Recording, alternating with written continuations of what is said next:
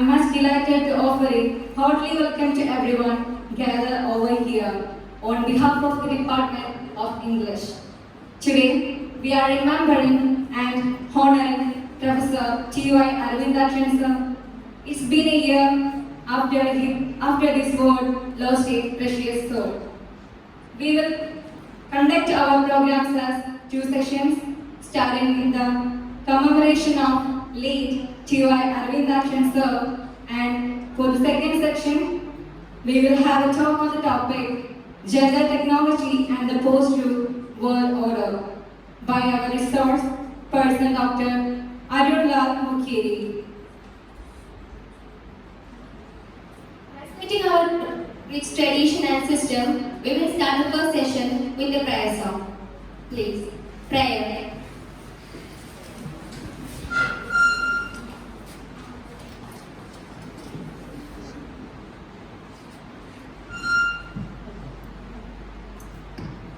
Hello.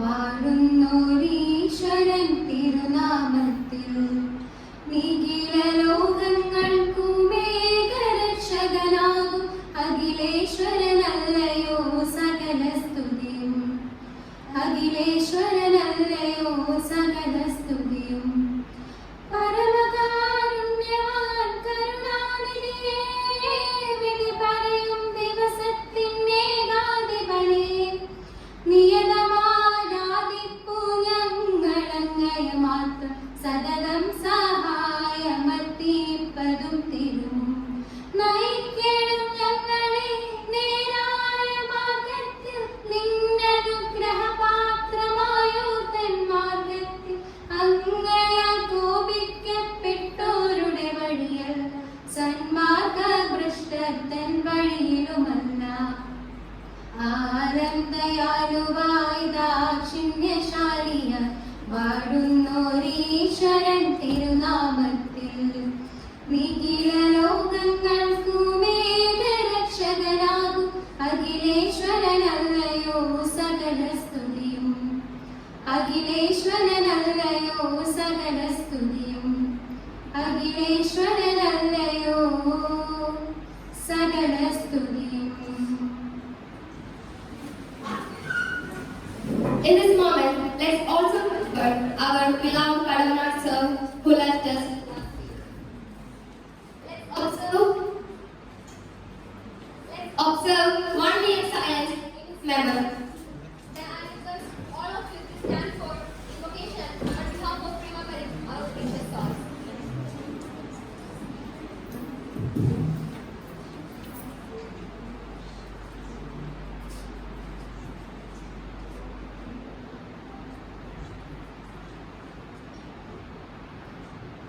Thank you. With great honor and respect, may I invite Ms. Anupama Murali, Head of English Department, to extend a warm word of welcome.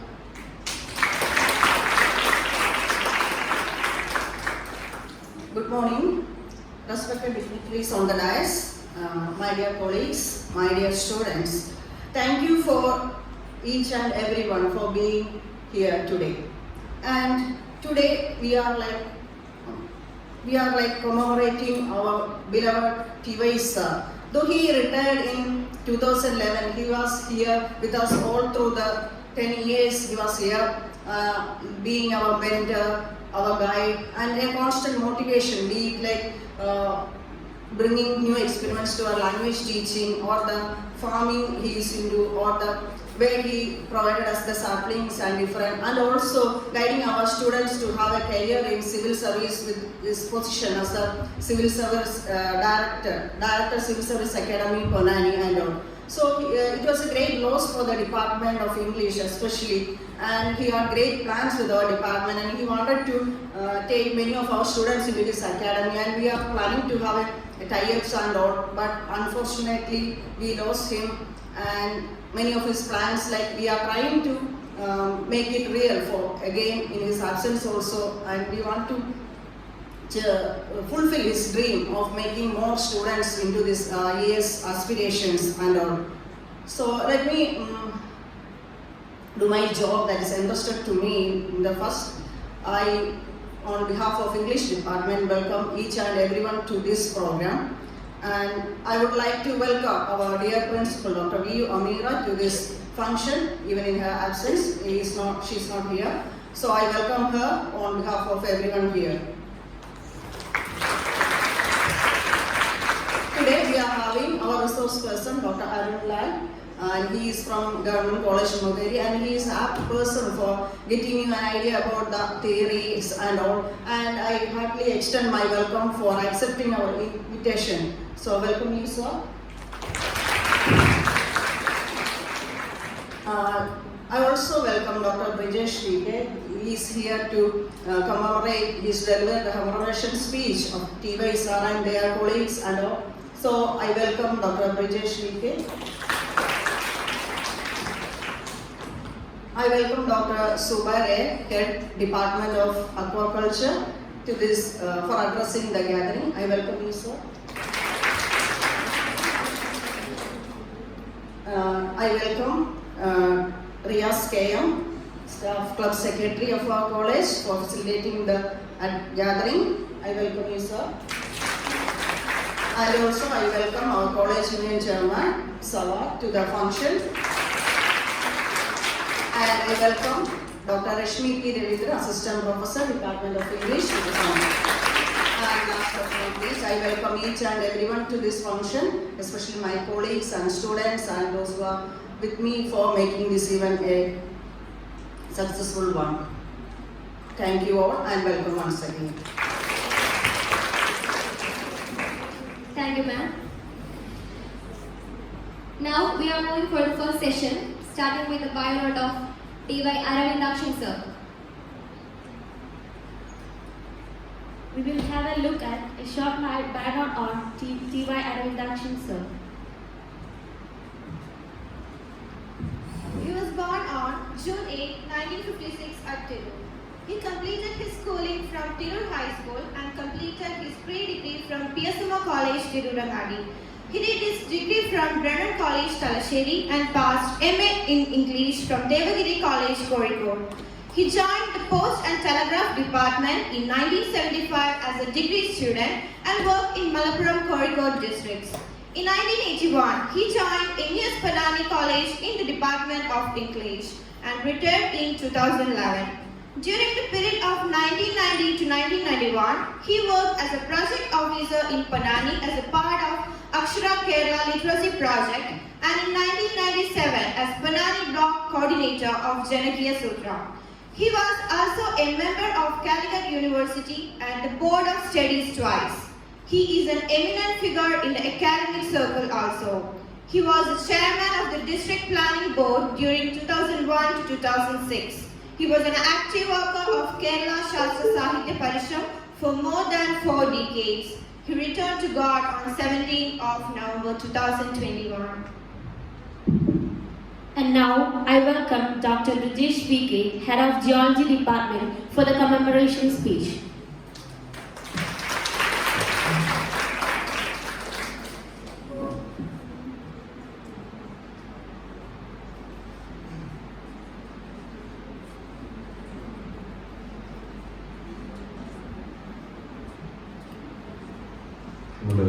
मुख्य अतिथि doctor Arun Lal sir, English विभाग मेधावी अनुभव teacher, Subair sir, Riyas sir, MC sir, മറ്റ് പ്രിയപ്പെട്ട വിദ്യാർത്ഥികൾ. Aravindakshan sir ഒരു അധ്യാപകൻ എന്നതിലുപരി ഞാൻ കണ്ടിട്ടുള്ളതിൽ വെച്ച് ഏറ്റവും സുന്ദരനായ ഒരു മനുഷ്യനായാണ് എനിക്ക് അനുഭവപ്പെട്ടിട്ടുള്ളത്. ഒരേ സമയം ഒരുപാട് ജോലികൾ നിർവഹിക്കുന്ന ഒരുപാട് ആളുകളെ നമ്മൾ കണ്ടുമുട്ടാറുണ്ട് അല്ലെങ്കിൽ കേൾക്കുന്നുണ്ട്. പക്ഷെ ഏറ്റെടുക്കുന്ന എല്ലാ കാര്യങ്ങളും അതിൻ്റെ പെർഫെക്ഷനോടുകൂടി ചെയ്തു തീർക്കുന്ന, എല്ലാറ്റിലും ഒരു മനുഷ്യ പക്ഷപാതിത്വം പുലർത്തുന്ന ഒരാളെ അങ്ങനെ അധികം കണ്ടിട്ടില്ല. എൻ്റെ അനുഭവത്തിൽ ഞാൻ അങ്ങനെ അധികം കണ്ടിട്ടില്ല. അത്തരത്തിലുള്ള ഒരാളായിരുന്നു പ്രൊഫസർ ടി.വൈ. അരവിന്ദാക്ഷൻ.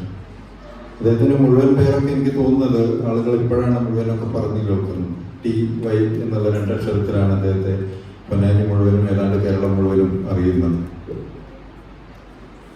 ഇവിടെ അദ്ദേഹത്തിൻ്റെ ജീവിതരേഖ ഇവിടെ അവതരിപ്പിച്ചു. അതിൽ പറഞ്ഞതുപോലെ തന്നെ ഡിഗ്രിക്ക് ശേഷം ബ്രണ്ണൻ കോളേജ് തലശ്ശേരിയിൽ പഠിച്ചുകൊണ്ടിരുന്ന സമയത്ത് BSc കെമിസ്ട്രിയാണ് അദ്ദേഹം പഠിച്ചുകൊണ്ടിരുന്നത്. ആ സമയത്താണ് TY സാറിന് പോസ്റ്റൽ ആൻഡ് ടെലിഗ്രാഫ് ഡിപ്പാർട്ട്മെൻറ്റിൽ ജോലി കിട്ടുന്നത്. SSLCക്ക് ഏറ്റവും കൂടുതൽ മാർക്ക് കിട്ടുന്ന, ഇപ്പം നമ്മൾ കാണുന്നുണ്ട് നമ്മുടെ കുറേ കുട്ടികൾ BA-MS ചേർന്ന കുട്ടികൾ വന്നിട്ട് ടെലിഗ്രാം ഇതിൽ അസിസ്റ്റൻ്റ് ഒക്കെ ആയിട്ട് ജോയിൻ ചെയ്ത് നമ്മൾ കാണുന്നുണ്ട്. അതേ സംവിധാനം അന്നും ഉണ്ടായിരുന്നു. പോസ്റ്റൽ ആൻഡ് ടെലിഗ്രാഫ് ഡിപ്പാർട്ട്മെൻറ്റ് ഒന്നിച്ചാണ്. അപ്പോൾ ആ ഡിപ്പാർട്ട്മെൻറ്റിൽ ജോലി കിട്ടുകയും സാറ് ഡിഗ്രി കഴിഞ്ഞിട്ടുണ്ട്. അങ്ങനെയാണ് ജോലിക്കായിട്ട് കോഴിക്കോടുള്ള MES ഹോസ്റ്റലിൽ താമസിച്ച് പഠിക്കുകയും ജോലി ചെയ്തുകൊണ്ടിരിക്കുമ്പോഴാണ് അവിടെ ഒരു സൗകര്യം ഉണ്ടായിരുന്നത് വെച്ചാൽ 3 ഷിഫ്റ്റിലായിട്ടാണ് ഈ ജോലി ചെയ്യാൻ കഴിയുന്നത്. അപ്പോൾ ആ ഷിഫ്റ്റ് നമുക്ക് എങ്ങനെ വേണമെങ്കിലും എടുക്കാം. പ്രത്യേകിച്ച് രാത്രി ഷിഫ്റ്റ് ഒന്നും എടുക്കാൻ ആളുകൾ കുറവായിരുന്നത് കൊണ്ട് സാർ എന്ത് ചോദിച്ചാൽ സെൻറ് ജോസഫ് കോളേജ് ദേവഗിരിയിൽ MA ഇംഗ്ലീഷിന് ചേരുകയും പകൽ ക്ലാസ്സിന് പോവുകയും രാത്രി ഷിഫ്റ്റിൽ വർക്ക് ചെയ്തുകൊണ്ട് ജോലിയും പഠനവും ഒന്നിച്ചു കൊണ്ടുപോവുകയും ചെയ്തിട്ടാണ് MA ഇംഗ്ലീഷ് പാസ്സാവുന്നത്. അത് കഴിഞ്ഞ് അവിടെ നിന്ന് ട്രാൻസ്ഫറായി PG കഴിഞ്ഞ് ട്രാൻസ്ഫറായി തിരൂർ കുറച്ച് കാലം മാത്രമാണ് അദ്ദേഹം ജോലി ചെയ്തത്. അതിനുശേഷം നേരെ MES സർവീസിലേക്ക് വന്ന് പൊന്നാനി MES കോളേജിൽ ഇംഗ്ലീഷ് വിഭാഗത്തിൽ അധ്യാപകനായി പ്രവേശിക്കുകയാണ് ചെയ്തത്. അതിനുശേഷം അതുവരെയുള്ള ട്രേഡ് യൂണിയൻ രംഗത്ത് അറിയപ്പെടുന്ന ഒരു പ്രവർത്തകനെ അല്ല പിന്നീട് പൊന്നാനിക്കാർ അല്ലെങ്കിൽ തിരൂർക്കാരൊക്കെ കാണുന്നത്. വളരെ വ്യത്യസ്തമായ ഒരു അധ്യാപകൻ. പക്ഷെ അതേസമയം തന്നെ സമൂഹത്തിൻ്റെ എല്ലാ നിലകളിലും പെട്ട ആളുകളോട് വളരെ ഉയർന്ന സൗഹൃദം പുലർത്തുകയും അവരുടെ കാര്യങ്ങളിൽ ഇടപെടുകയും ഒക്കെ ചെയ്യുന്ന ഒരാൾ. ഇതൊക്കെ ചെയ്യുമ്പോഴും അദ്ദേഹം ഒരു 2-3 ധാരകളിൽ പ്രവർത്തിക്കുന്നുണ്ട്. ഒന്ന്, അദ്ദേഹം വളരെ കൃത്യമായി രാഷ്ട്രീയ പ്രവർത്തനം നടത്തുന്നുണ്ട്. വേറൊന്ന്, അതേസമയം 1991 തോന്നുന്നു കേരള ശാസ്ത്ര സാഹിത്യ പരിഷത്തിന്റെ സംസ്ഥാന സമ്മേളനം ഈ തവനൂരിലുള്ള ഇൻസ്റ്റിറ്റ്യൂട്ട് എന്ന് പൊതുവെ പറയുന്ന കാർഷിക കോളേജിൽ വെച്ച് നടത്തുന്നുണ്ട്. യാതൊരു റിസോഴ്സും ഇല്ലാതിരിക്കുന്ന സമയത്ത് ഒരു TY മാജിക്കിലൂടെയാണ് അന്നത്തെ സംസ്ഥാന സമ്മേളനം. ഇപ്പോഴും സാറിന്റെ മരണശേഷം ഈ കമ്മിറ്റികളിൽ ഇതിലൊക്കെ പങ്കെടുക്കുന്ന സമയത്ത് അന്നത്തെ മുതിർന്ന നേതാക്കൾ, നമ്മുടെ MP പരമേശ്വരൻ സാറിനെ പോലെയുള്ള കാവുബായി ബാലകൃഷ്ണ മാഷെ പോലെയുള്ള ആളുകളൊക്കെ എപ്പോഴും അയവിറക്കാറുണ്ട്. ഒന്നുമില്ലായ്മയിൽ നിന്നൊരു വലിയ മാജിക് സൃഷ്ടിച്ചുകൊണ്ടാണ് 1991 കേരള ശാസ്ത്ര സാഹിത്യ പരിഷത്തിന്റെ സംസ്ഥാന സമ്മേളനം തവനൂരിൽ വെച്ച് നടന്നത്. അദ്ദേഹത്തിന്റെ സംഘാടനയുടെ മികവ് കൊണ്ട് ഒന്ന് മാത്രമാണ് ആ സംസ്ഥാന സമ്മേളനത്തിൽ മിച്ചം വെച്ച പൈസ കൊണ്ടാണ് ഇന്ന് മലപ്പുറത്ത് കേരള ശാസ്ത്ര സാഹിത്യ പരിഷത്തിന്റെ ഒരു ജില്ലാ ഓഫീസ്, പരിഷത്ത് ഭവൻ എന്ന് ഞങ്ങൾ വിളിക്കുന്ന ഒരു ഓഫീസ് ഉണ്ടാവും. കൊല്ലം 1991 എന്ന് ഓർക്കണം. അതേസമയം രാഷ്ട്രീയത്തിൽ അദ്ദേഹം ഇടപെടുന്നുണ്ട്, സംഘടനാ രാഷ്ട്രീയത്തിൽ ഇടപെടുന്നുണ്ട്, അധ്യാപക രാഷ്ട്രീയത്തിൽ ഇടപെടുന്നുണ്ട്. വളരെ കൃത്യമായിട്ട് അതിൻ്റെ കാര്യങ്ങളൊക്കെ ചെയ്തു പോകുന്നുണ്ട്. അതേസമയം തന്നെ കുട്ടികളെ എങ്ങനെയാണ് ഒരു കുട്ടിയെ ക്ലാസ്സിൽ പിടിച്ചിരുത്തേണ്ടത് എന്ന് അദ്ദേഹത്തിന് നന്നായിട്ട് അറിയാമായിരുന്നു. ഞങ്ങളൊക്കെ അദ്ദേഹത്തിന്റെ ക്ലാസ്സുകളിലൂടെ ഈ കോളേജിൽ തന്നെ നടന്ന് വളർന്നു വന്ന ആളുകളാണ്. ഒരു പോയം എടുക്കുകയാണെങ്കിൽ അതിന്റെ ബാക്ക്ഗ്രൗണ്ട് മുഴുവൻ പറയാൻ ഏതാണ്ട് ഒരാഴ്ച സമയം എടുത്തിട്ടാണ് അദ്ദേഹം ആ ഒരു കവിതയിലേക്ക് പ്രവേശിക്കാറുള്ളത്. അതിനാവശ്യമായ ബാക്ക്ഗ്രൗണ്ട് വായനകൾ അന്നൊന്നും പിന്നെ നമുക്ക് ഇത്ര ഇതൊന്നും അവൈലബിൾ അല്ല. ഇന്ന് നമുക്കൊരു ടോപ്പിക് വേണമെങ്കിൽ നമുക്ക് വാട്സാപ്പിൽ ഇട്ട് കഴിഞ്ഞാൽ നമ്മുടെ മുഴുവൻ കുട്ടികൾക്കും കിട്ടുന്നുണ്ട്. പക്ഷെ അതൊന്നും ഇല്ലാത്തപ്പോൾ പോലും അദ്ദേഹം അത് കോപ്പി എടുത്തിട്ട് ഏതെങ്കിലും നിലയ്ക്ക് അത് ലഭ്യമാക്കാൻ ശ്രമിച്ചിരുന്നു. അങ്ങനെ വളരെ സുന്ദരമായി ക്ലാസ്സുകൾ എടുക്കുകയും അതിൻ്റെ ഒരു വേറൊരാൾ ഇത്തരത്തിൽ ഇതേപോലെ ഇവിടെ ക്ലാസ് എടുത്തിരുന്ന എൻ്റെ ഓർമ്മയിലുള്ള ഒരാൾ പ്രൊഫസർ M. നാരായണ മാഷാണ്. അദ്ദേഹത്തിന് മലയാളം ക്ലാസ്സാണ്. അതുപോലെ അതായത് ആ സിലബസിൽ നിന്ന് ഔട്ട് ഓഫ് സിലബസായി പോയിട്ട് ഇങ്ങനെ പല മേഖലകളിലും വിഹരിച്ച് തിരിച്ചു വരുമ്പോഴേക്കും ഫസ്റ്റ് ഒരു അവർ തീർന്നു പോയിട്ടുണ്ട്. ഇത്തരത്തിൽ ക്ലാസ് എടുത്തിരുന്ന ഒരാളായിരുന്നു പ്രൊഫസർ T. വെങ്കടേഷൻ. സാറിനെ പറഞ്ഞിരുന്ന ഒരു അനുഭവം എന്താ വെച്ചാൽ അന്നത്തെ കാലത്ത് പ്രീ ഡിഗ്രി ഒക്കെ ഉള്ള കാലമാണ്. ഒരു ദിവസം ഉച്ചയ്ക്ക് ശേഷമുള്ള ഷിഫ്റ്റിൽ സാറ് ക്ലാസ് എടുക്കാൻ ചെല്ലുമ്പോൾ കുട്ടികൾ പറയുന്നത്, സാറേ ഞങ്ങളൊന്ന് സിനിമയ്ക്ക് പോട്ടെ എന്ന് ചോദിക്കുകയാണ്. അപ്പോൾ സാറ് നിങ്ങൾ പോയിക്കോ. അപ്പോൾ പിന്നെ ഒരു ചുറ്റിപ്പറ്റി നിൽക്കുകയാണ്, പൈസ ഇല്ല സാർ. അപ്പോൾ സാറ് പൈസ എടുത്ത് കൊടുക്കുകയാണ്. അങ്ങനെ പൈസ കൊടുത്ത് കുട്ടികളെ സിനിമയ്ക്ക് അയക്കുന്ന, എന്നാൽ അതിനുശേഷം പിറ്റേന്ന് വരുന്ന ആ കുട്ടികൾ അതിലും ഊർജ്ജസ്വലരായിട്ട് അവർ വീണ്ടും ക്ലാസ്സിൽ ഇരിക്കുന്നു. ഞാൻ പറയുന്നത് അങ്ങനെ വിദ്യാർത്ഥികളെ ചേർത്ത് പിടിച്ചുകൊണ്ട് മുന്നോട്ട് പോവുകയും പിന്നെ നമുക്കറിയാം ഇവിടെ അന്നത്തെ അതിനൊക്കെ ശേഷം 1900 ജനകീയ പദ്ധതി നമ്മുടെ പഞ്ചായത്തി രാജിന്റെ സമയത്താണ് മുനിസിപ്പാലിറ്റിയുടെ ഒരു പദ്ധതിയായിട്ടുള്ള നമ്മുടെ കമ്പ്യൂട്ടർ സാക്ഷരത മുനിസിപ്പാലിറ്റിയിൽ കൊണ്ടുവരുന്നതിന്റെ ഭാഗമായിട്ട് സമരോട്ടം ജംഗ്ഷനിൽ ഒരു IT പാർക്ക് തുടങ്ങിയിരുന്നു. അപ്പൊ 5 വർഷത്തോളം സാർ അതിന്റെ കോർഡിനേറ്റർ ആയിരുന്നു, ഇവിടുന്ന് ഡെപ്യൂട്ടേഷനിലായിരുന്നു. അത് നടപ്പിലാക്കുകയും അങ്ങനെ ഈ മേഖലയിലുള്ള ഒരുപാട് ആളുകളെ അന്ന് നമ്മളൊന്നും കമ്പ്യൂട്ടറൊന്നും കണ്ടിട്ട് തുടങ്ങിയിട്ടില്ല. ആ സമയത്ത് തന്നെ കമ്പ്യൂട്ടറിലേക്കൊക്കെ മാറിപ്പോയ കുറേ ആളുകൾ, അതുമായി ബന്ധപ്പെട്ട കുറേ ആളുകൾ കഴിഞ്ഞ ദിവസം ഇവിടെ വന്നിരുന്നു. അപ്പോൾ അത്തരത്തിൽ എന്നും കാലത്തിന് മുൻപേ സഞ്ചരിച്ചിട്ടുള്ള ഒരാളായിട്ടാണ് സാറിനെ തോന്നിയിട്ടുള്ളത്. അതുപോലെ തന്നെ പൊന്നാനിയുടെ കടലോര മേഖലയിലാകെ തന്നെ സാക്ഷരതായിട്ടും വലിയ തോതിൽ വിജയിപ്പിക്കുന്നതിനായിട്ട് സാറിന്റെ എഫർട്ട് ഇന്നും ആളുകൾ പറയാറുണ്ട്. അന്നൊന്നും അവിടെ പോയിട്ട്, പ്രത്യേകിച്ച് നമ്മുടെ കടപ്പുറം മേഖലയിലൊന്നും പോയിട്ട് ക്ലാസ് എടുക്കാൻ ആരും കിട്ടുന്നില്ല. അപ്പോഴാണ് സാറ് MES സ്കൂളിൽ ഇതിൻ്റെ ഒരു മീറ്റിംഗ് വിളിച്ചു കൂട്ടിയിട്ട് കോളേജിലെ അധ്യാപകരുണ്ട്, ഹൈസ്കൂൾ അധ്യാപകരുണ്ട്, എല്ലാവരും നല്ല ചീത്ത പറയുക എന്ന് പറഞ്ഞു കഴിഞ്ഞാൽ മോശം വാക്കുകൾ പറയുക എന്നുള്ളതല്ല, എന്താണ് നിങ്ങളുടെ സാമൂഹ്യ ഉത്തരവാദിത്വം എന്നൊരു അരമണിക്കൂർ സാറ് വരെയൊക്കെ പഠിപ്പിച്ചു എന്നാണ് ഞാൻ കേട്ടിട്ടുള്ളത്. ഞാൻ ആ മീറ്റിംഗിൽ പങ്കെടുത്ത ആളല്ല, ഞങ്ങൾ പഠിച്ചുകൊണ്ടിരിക്കും. അപ്പോൾ അതിനുശേഷം വളരെ സ്മൂത്തായിട്ട് നമ്മുടെ ഈ ഒരു മേഖല മുഴുവൻ സാക്ഷരതാ യജ്ഞത്തിൽ പങ്കാളികളാവുകയും ഒരുപാട് ആളുകൾ അക്ഷരവെളിച്ചം നേടുകയും ചെയ്തൊരു അനുഭവം നമ്മുടെ മുമ്പിലുണ്ട്. വേറെ ഒന്ന് 9ാം പദ്ധതി ജനകീയ പദ്ധതി എന്ന് പറഞ്ഞുകൊണ്ട് അധികാര വികേന്ദ്രീകരണത്തിന്റെ ഭാഗമായി നടന്നിട്ടുള്ള പ്രവർത്തനങ്ങൾ. ആ പ്രവർത്തനത്തിൽ പൊന്നാനി ബ്ലോക്കിന്റെ കോർഡിനേറ്റർ ആയിരുന്നു പ്രൊഫസർ ടി വൈ രവിദാനന്ദൻ സാർ. അന്ന് ഈ മേഖലയിൽ നടന്നിട്ടുള്ള സമാനതകളില്ലാത്ത പ്രവർത്തനങ്ങൾ നമുക്കറിയാം. അതേസമയം പെരുമ്പടപ്പ് ബ്ലോക്കിന്റെ കോർഡിനേറ്റർ ആയിരുന്ന ഒരാളെ പക്ഷെ നമുക്കറിയും, നമ്മുടെ തൗഫീഖ് സാറിന്റെ പിതാവായിരുന്നു ആ പെരുമ്പടപ്പ് ബ്ലോക്കിന്റെ കോർഡിനേറ്റർ. അവരത്രമേൽ സ്നേഹബന്ധം പുലർത്തിയിരുന്ന ആളുകളായിരുന്നു. ഇങ്ങനെ കൈവച്ച മേഖലകളൊക്കെ തന്നെ മുന്നോട്ട് കൊണ്ടുപോകുന്നു. അതേസമയം ക്യാമ്പസിൽ എനിക്ക് തോന്നുന്നു നമ്മുടെ ആദ്യത്തെ നാക് വിസിറ്റിന്റെ സമയത്ത് 2005 നാക് സംഘം എടുത്തു പറഞ്ഞൊരു സംഗതിയായിരുന്നു ക്യാമ്പസ് ക്രാഫ്റ്റ് എന്നൊരു പേരിൽ ഇവിടെ രൂപീകരിക്കപ്പെട്ട ചില സംഗതികൾ. അതിന് നേതൃത്വം കൊടുത്തത് സാറായിരുന്നു. കുട്ടികൾക്ക് ചെറിയ രൂപത്തിലുള്ള മ്യൂറൽ പെയിന്റിങ്, സാറിന്റെ തന്നെ ശിഷ്യനാണ് ഗുരുവായൂർ കലാകേന്ദ്രത്തിന്റെ പ്രിൻസിപ്പാളായിട്ടുള്ള കൃഷ്ണകുമാരന്റെ നേതൃത്വത്തിൽ ഇവിടെ വന്ന കുട്ടികൾക്ക് വരകളും കാര്യങ്ങളൊക്കെ പഠിപ്പിച്ചു കൊടുക്കുകയും അതിന്റെ ഭാഗമായിട്ട് കുറേ പ്രോഡക്ട്സ് ഉണ്ടാക്കുകയും ചിലതൊക്കെ വിൽപ്പന നടത്തുകയും ചിത്രങ്ങളൊക്കെ തന്നെ അധ്യാപകരും വിദ്യാർത്ഥികളൊക്കെ വാങ്ങിക്കൊണ്ടുപോവുകയും അങ്ങനെ അതിന് എഫർട്ട് എടുത്ത കുട്ടികൾക്ക് ഒരു വരുമാനം ഉണ്ടാക്കാനുള്ള സംഗതി വരെ നടത്തുകയും ചെയ്തു. ഇങ്ങനെ ഓരോന്നിലും അതുപോലെ ഇപ്പോൾ എടുത്ത് നമ്മളെ വിട്ടുപോയ നമ്മുടെ പ്രിയപ്പെട്ട കടനാട് സാർ ടി വൈ സാറെ കുറിച്ചുള്ള സ്മരണയിൽ വളരെ ഹൃദയസ്പർശിയായിട്ടൊരു സംഗതി എഴുതി വയ്ക്കുന്നുണ്ട്. അത് നമ്മുടെ കോളേജ് കടന്നു വരുമ്പോൾ ഇടത്തും വലത്തുമായി നിൽക്കുന്ന Haroon memorial hall, HM hall എന്ന് നമ്മൾ പറയുന്ന ഹാളും ഇന്ന് നമ്മൾ ലേഡീസ് റൂമായിട്ട് ഉപയോഗിക്കുന്ന മജീദ് പുള്ളാട്ട് മെമ്മോറിയൽ ഹാൾ, രണ്ടും ഇവിടെ ഉണ്ടായിരുന്ന പ്രഗത്ഭരായ 2 അധ്യാപകരുടെ പേരിൽ നിലനിൽക്കുന്ന 2 കെട്ടിടങ്ങളാണ്. കെട്ടിടങ്ങൾക്കപ്പുറത്ത് അതിൻ്റെ ഒരു ചാതുരി നമുക്ക് നോക്കി അതിൻ്റെ ഉള്ളിലും പുറത്തു നിന്ന് നോക്കിക്കഴിഞ്ഞാൽ നമുക്ക് മനസ്സിലാവും. അതിലിപ്പോഴത്തെ ലേഡീസ് റൂമായിട്ടുള്ളത് മജീദ് പുള്ളാട്ട് മെമ്മോറിയൽ എന്ന് പറയുന്ന ഞങ്ങളൊക്കെ ഫസ്റ്റ് പ്രീ ഡിഗ്രിക്ക് പഠിപ്പിച്ചിരുന്ന മജീദ് സാറിന്റെ മെമ്മോറിയലായിട്ട് നിർമ്മിച്ചിട്ടുള്ളത്. അത് ഒരു അധ്യാപക സംഘടനയുടെ നേതൃത്വത്തിൽ രൂപീകരിക്കുകയും അതിനും 1 വർഷം മുൻപാണ് ഹാരൂൺ സാർ മരിക്കുന്നത്. എക്കണോമിക്സ് ഡിപ്പാർട്ട്മെന്റിൽ ഇവിടെ തന്നെ ഉണ്ടായിരുന്നുള്ള മാറഞ്ചേരിക്കാരനായിട്ടുള്ള ഹാരൂൺ സാർ മരിച്ചു. അപ്പോൾ അതിനുശേഷം മജീദ് സാറിന്റെ മെമ്മോറിയലിൽ ഒരു കെട്ടിടം അവിടെ വരികയാണ്. അപ്പോൾ അതിന്റെ പ്രവർത്തനത്തിൽ ടി വൈ സാർ എങ്ങനെയാണ് ബന്ധപ്പെട്ടിരുന്നത്, എങ്ങനെയാണ് അദ്ദേഹം ആ പ്രവർത്തനത്തെ മുന്നോട്ട് കൊണ്ടുപോയത്, അതിന്റെ ഒരു പൂർത്തീകരണം എങ്ങനെയാണ് HM ഹാളിന്റെ നിർമ്മാണത്തിനും അതിന്റെ പൂർത്തീകരണത്തിനും പ്രേരണയായത് എന്ന് വളരെ ഹൃദയസ്പർശിയായ വാക്കുകളിൽ നമ്മുടെ പ്രിയപ്പെട്ട കടനാട് സാറെ സ്മരണികയിൽ എഴുതി വെക്കുന്നുണ്ട്. അപ്പൊ ഇങ്ങനെ ഏറ്റെടുത്ത ഓരോന്നും അതിന് പൊന്നു വിളയിച്ച് സാർ പിന്മാറാറുണ്ട്. അത് എന്ത് സംഗതി ആയിക്കോട്ടെ, അതിന് എന്ത് ഇത് വേണമെങ്കിൽ സാറ് ഏറ്റെടുക്കും, രാവും പകലും അതിനെപ്പറ്റി ചിന്തിക്കുകയുള്ളൂ എന്നുള്ളതാണ്. അപ്പോൾ ഇങ്ങനെ ഓരോ മേഖലയും. പിന്നൊന്ന് ഏറെ ഓർമ്മ തോന്നുന്ന മറ്റൊരു സംഗതി എന്ന് പറയുന്നത്, ഇവിടെ ഒരു പരസ്യമുണ്ടായിരുന്നു. ഒരു കാമിലാരിയുടെ ഒരു പരസ്യവുമായി ബന്ധപ്പെട്ട് ഇവിടുത്തെ കുട്ടികളെ സംഘടിപ്പിച്ചുകൊണ്ട് അവർക്ക് അതിനെതിരെ പരസ്യത്തിനെതിരെ ഇത് കൊടുക്കുകയും ആ കമ്പനി ഇവിടെ വന്ന് ഒരുപാട് അനുരഞ്ജന ചർച്ചകൾ നടത്തുകയും അതിലൊന്നും വീഴാതെ അവസാനം പ്രോഡക്റ്റ് പിൻവലിക്കേണ്ട രൂപത്തിൽ ആ കാര്യങ്ങൾ എത്തിക്കുകയും ചെയ്ത സാറിൻ്റെ ഒരു മിടുക്ക് നമുക്ക് അറിയാവുന്നതാണ്.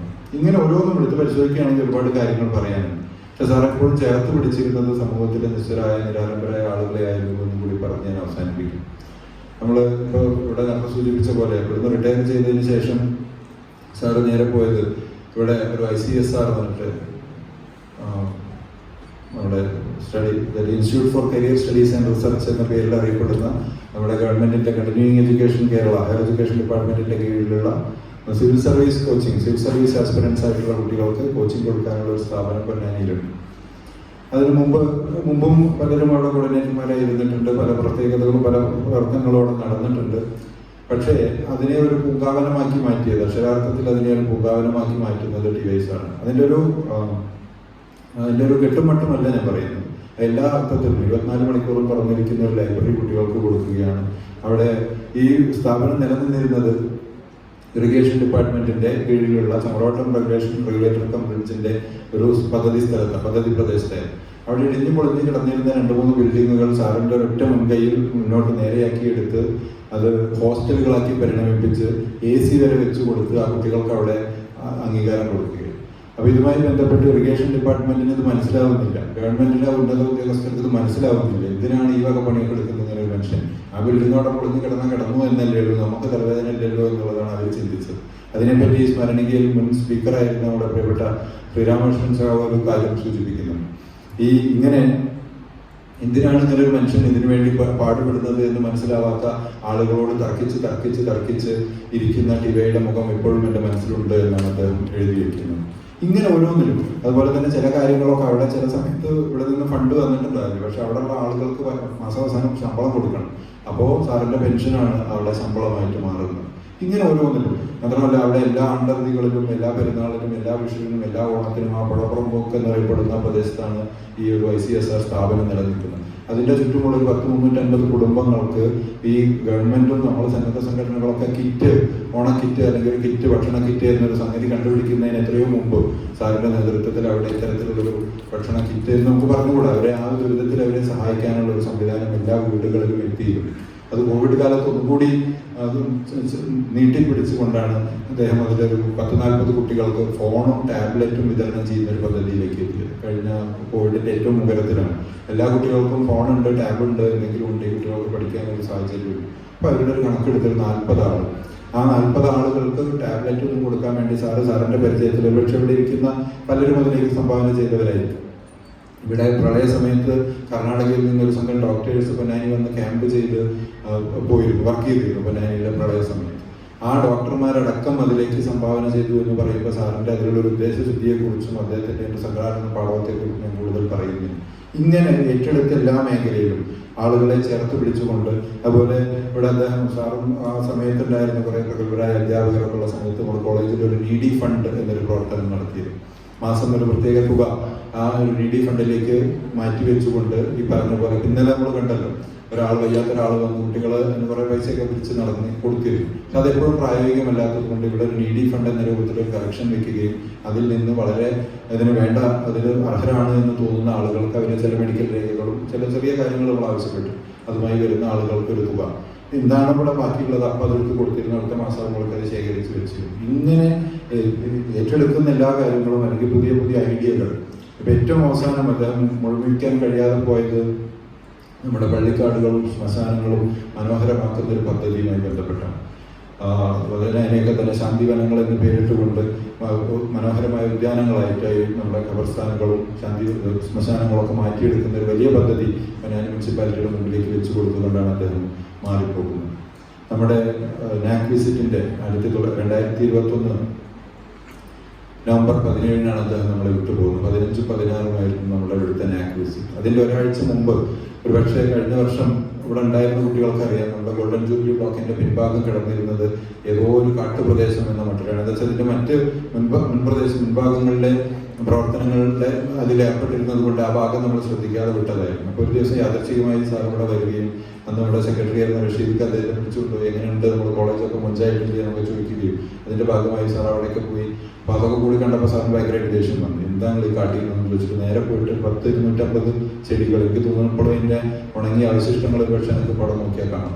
കുറെ ഇതിലും അവിടെ ഇരുന്നിരുന്ന ആ ICSRൽ അപ്പോൾ ലഭ്യമായിരുന്ന അത്രയും ചെടി ചട്ടികൾ ഇതിലുള്ള ഇത് കണ്ട് കൊടുത്തയച്ച് പിന്നെ ഈ കോളേജിലെ തന്നെ ഏറ്റവും മനോഹരമായ പ്രദേശമായി ആ ബാക്ക് സൈഡ് ആകെ മാറുകയാണ്. ഇങ്ങനെ ഓരോന്നിലും എന്തും നമ്മൾ ചിന്തിക്കുന്നതിലേക്ക് എത്രയോ അപ്പുറത്താണ് സാർ ചിന്തിക്കുന്നത്. ഒരൊറ്റ കാര്യം കൂടി പറഞ്ഞ് ഞാൻ അവസാനിപ്പിക്കാം. സാറിന്റെ നേരം കളയുന്നു. ഒരൊറ്റ അതുപോലെ തന്നെ കഴിഞ്ഞ ഏതാണ്ട് ഈ ഒരു സമയത്ത് ഒക്ടോബർ മാസത്തിലാണ് നമ്മൾ സാറിനെ സമീപിച്ചിരുന്നത് വേറൊരു പദ്ധതിയുമായി ബന്ധപ്പെട്ട് ഒരു പുസ്തക സഞ്ചി എന്ന് പറഞ്ഞ ശാസ്ത്രാജ്യ പരിഷത്തിന്റെ ഒരു പദ്ധതിയുമായി ബന്ധപ്പെട്ട്. അത് ഉദ്ദേശം എത്രയായിരുന്നു, ഒരു വീട്ടിൽ ഒരു കുട്ടിക്ക് സ്കൂളിൽ പോകുന്ന ഒരു കുട്ടികളുടെ വീട്ടിൽ നമ്മളൊരു പുസ്തക സഞ്ചി പുസ്തകങ്ങൾ കൊടുക്കുന്നു. അതിലേക്ക് അവർക്ക് കഴിയുന്ന പൈസ ഈ കുട്ടികളുടെ ഭണ്ഡാരത്തിലിടുന്നത് പോലെ ചെറിയ പൈസ സ്വരൂപിച്ച് ആ പുസ്തകത്തിലുള്ള പൈസ നമ്മൾ എടുക്കുന്നു. അപ്പോൾ കുട്ടികളുടെ സമ്പാദ്യശീലം വളർത്തുകയും അത് പുസ്തക വായനയായി മാറ്റുകയും ചെയ്യുക എന്നുള്ളൊരു ധർമ്മമായിരുന്നു അന്ന് ഉദ്ദേശിച്ചത്. അവർക്ക് അത്തരമൊരു സ്വപ്നമായിരുന്നു അതിലുണ്ടായിരുന്നു. പക്ഷെ ഇത് പറഞ്ഞതോടുകൂടി സാറ് പൊട്ടിത്തെറിച്ചു. നിങ്ങൾ പൈസ ഉള്ള കുട്ടികൾക്ക് പുസ്തകം കൊടുക്കാൻ ഇവിടെ ഞാൻ വിചാരിച്ചാലും കഴിയും, ആര് വിചാരിച്ചാലും കഴിയും, അങ്ങനെയല്ലല്ലോ വേണ്ടത്. പുസ്തകം വാങ്ങാൻ കഴിവില്ലാത്ത കുട്ടികൾക്ക് നിങ്ങൾ എങ്ങനെയാണ് പുസ്തകം കൊടുക്കാൻ പോകുന്നത്? ആ രൂപത്തിൽ ഇത് ആലോചിക്കുമെന്ന് ആ പദ്ധതിയെ തന്നെ തലകുത്തനെ വെച്ചിട്ടാണ് ആ ഒരു മീറ്റിംഗ് എന്നവിടെ അവസാനിക്കുന്നത്. ഇങ്ങനെ ഓരോ കാര്യത്തിലും അദ്ദേഹത്തിൻ്റെതായ വ്യക്തിമുദ്ര പതിപ്പിച്ചുകൊണ്ട് എങ്ങനെയാണ് ഒരു അധ്യാപകൻ ക്ലാസ്സിൽ പോകേണ്ടത്, എങ്ങനെയാണ് ക്ലാസ് എടുക്കേണ്ടത്, എങ്ങനെയാണ് കുട്ടികളെ ചേർത്ത് പിടിക്കേണ്ടത്, എന്താണ് അയാളുടെ സാമൂഹ്യ ഉത്തരവാദിത്വം എന്ന് തെളിയിച്ചുകൊണ്ട് നമ്മുടെ മുൻപേ നടന്നുപോയ ആ വലിയ മനുഷ്യൻ്റെ ഓർമ്മകൾക്ക് മുമ്പിൽ സ്മരണാഞ്ജലി അർപ്പിച്ചുകൊണ്ട് ഞാൻ അവസാനിപ്പിക്കുന്നു. Thank you, sir, for your kind words.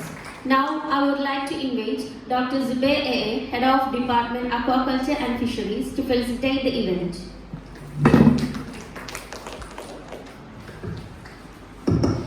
Respected dignitaries on and off the dais, ഞാൻ കൂടുതലായിട്ടൊന്നും സംസാരിക്കുന്നില്ല. സാറ് ഒരുവിധം എല്ലാ കാര്യങ്ങളും സാറ് പറഞ്ഞു കഴിഞ്ഞു.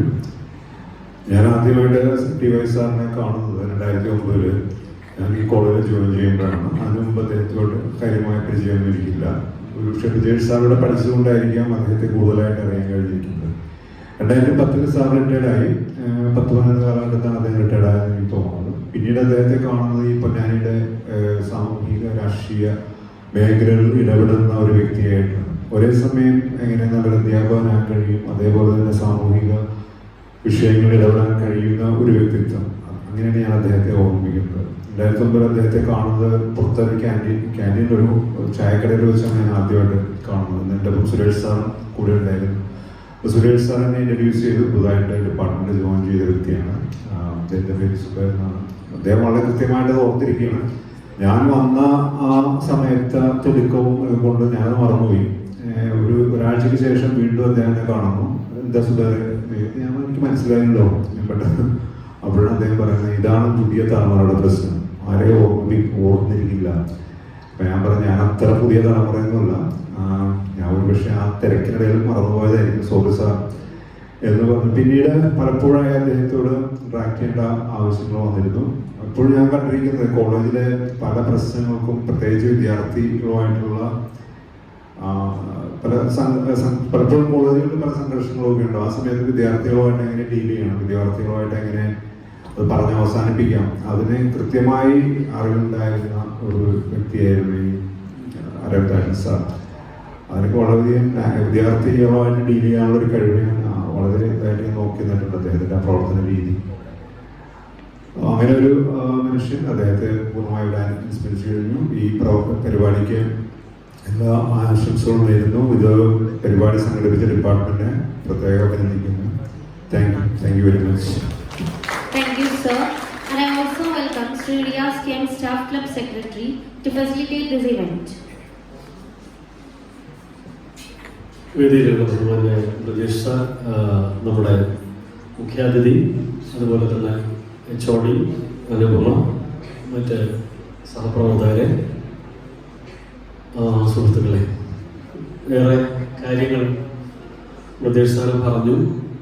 സാറത് ടി.വൈ സാറുമായിട്ടുള്ള പ്രജേഷ് സാറിൻ്റെ ഉൾപ്പെടെയുള്ള ഞങ്ങൾ ശിഷ്യന്മാർക്കൊക്കെ ഉള്ളൊരു വളരെ മാനസികമായ വേറൊരു തരത്തിലുള്ള ഒരു ബന്ധം അതിനെ റിഫ്ലക്റ്റ് ചെയ്യുന്ന രീതിയിലാണ് പ്രജേഷ് സാറോട് സംസാരിച്ചത്. ഞങ്ങൾ പഠിക്കുന്ന സമയത്ത് ഡിഗ്രി സെക്കൻഡ് ഇയറിൽ പറഞ്ഞ പോലെ നമ്മുടെ പ്രിൻസിപ്പൽ ചേംബറിന് തൊട്ടപ്പുറത്തുള്ള ക്ലാസ് മുറിയിൽ ഇപ്പോഴത്തെ കോൺഫറൻസ് ഹാളാണ്. അതിൻ്റെ പ്ലാറ്റ്ഫോമിൽ സാറ് ഒരു അവർ പ്രോസിൻ്റെ ടെക്സ്റ്റ് പിടിച്ച് ഒഴുക്കി നടക്കും ആ പ്ലാറ്റ്ഫോമിൻ്റെ 4 ഭാഗത്തേക്ക്. അത്രയ്ക്ക് ഇൻവോൾവ് ആയിട്ടാണ് സാറിൻ്റെ ക്ലാസ്സുകൾ ശ്രമിച്ചിട്ടുള്ളത്.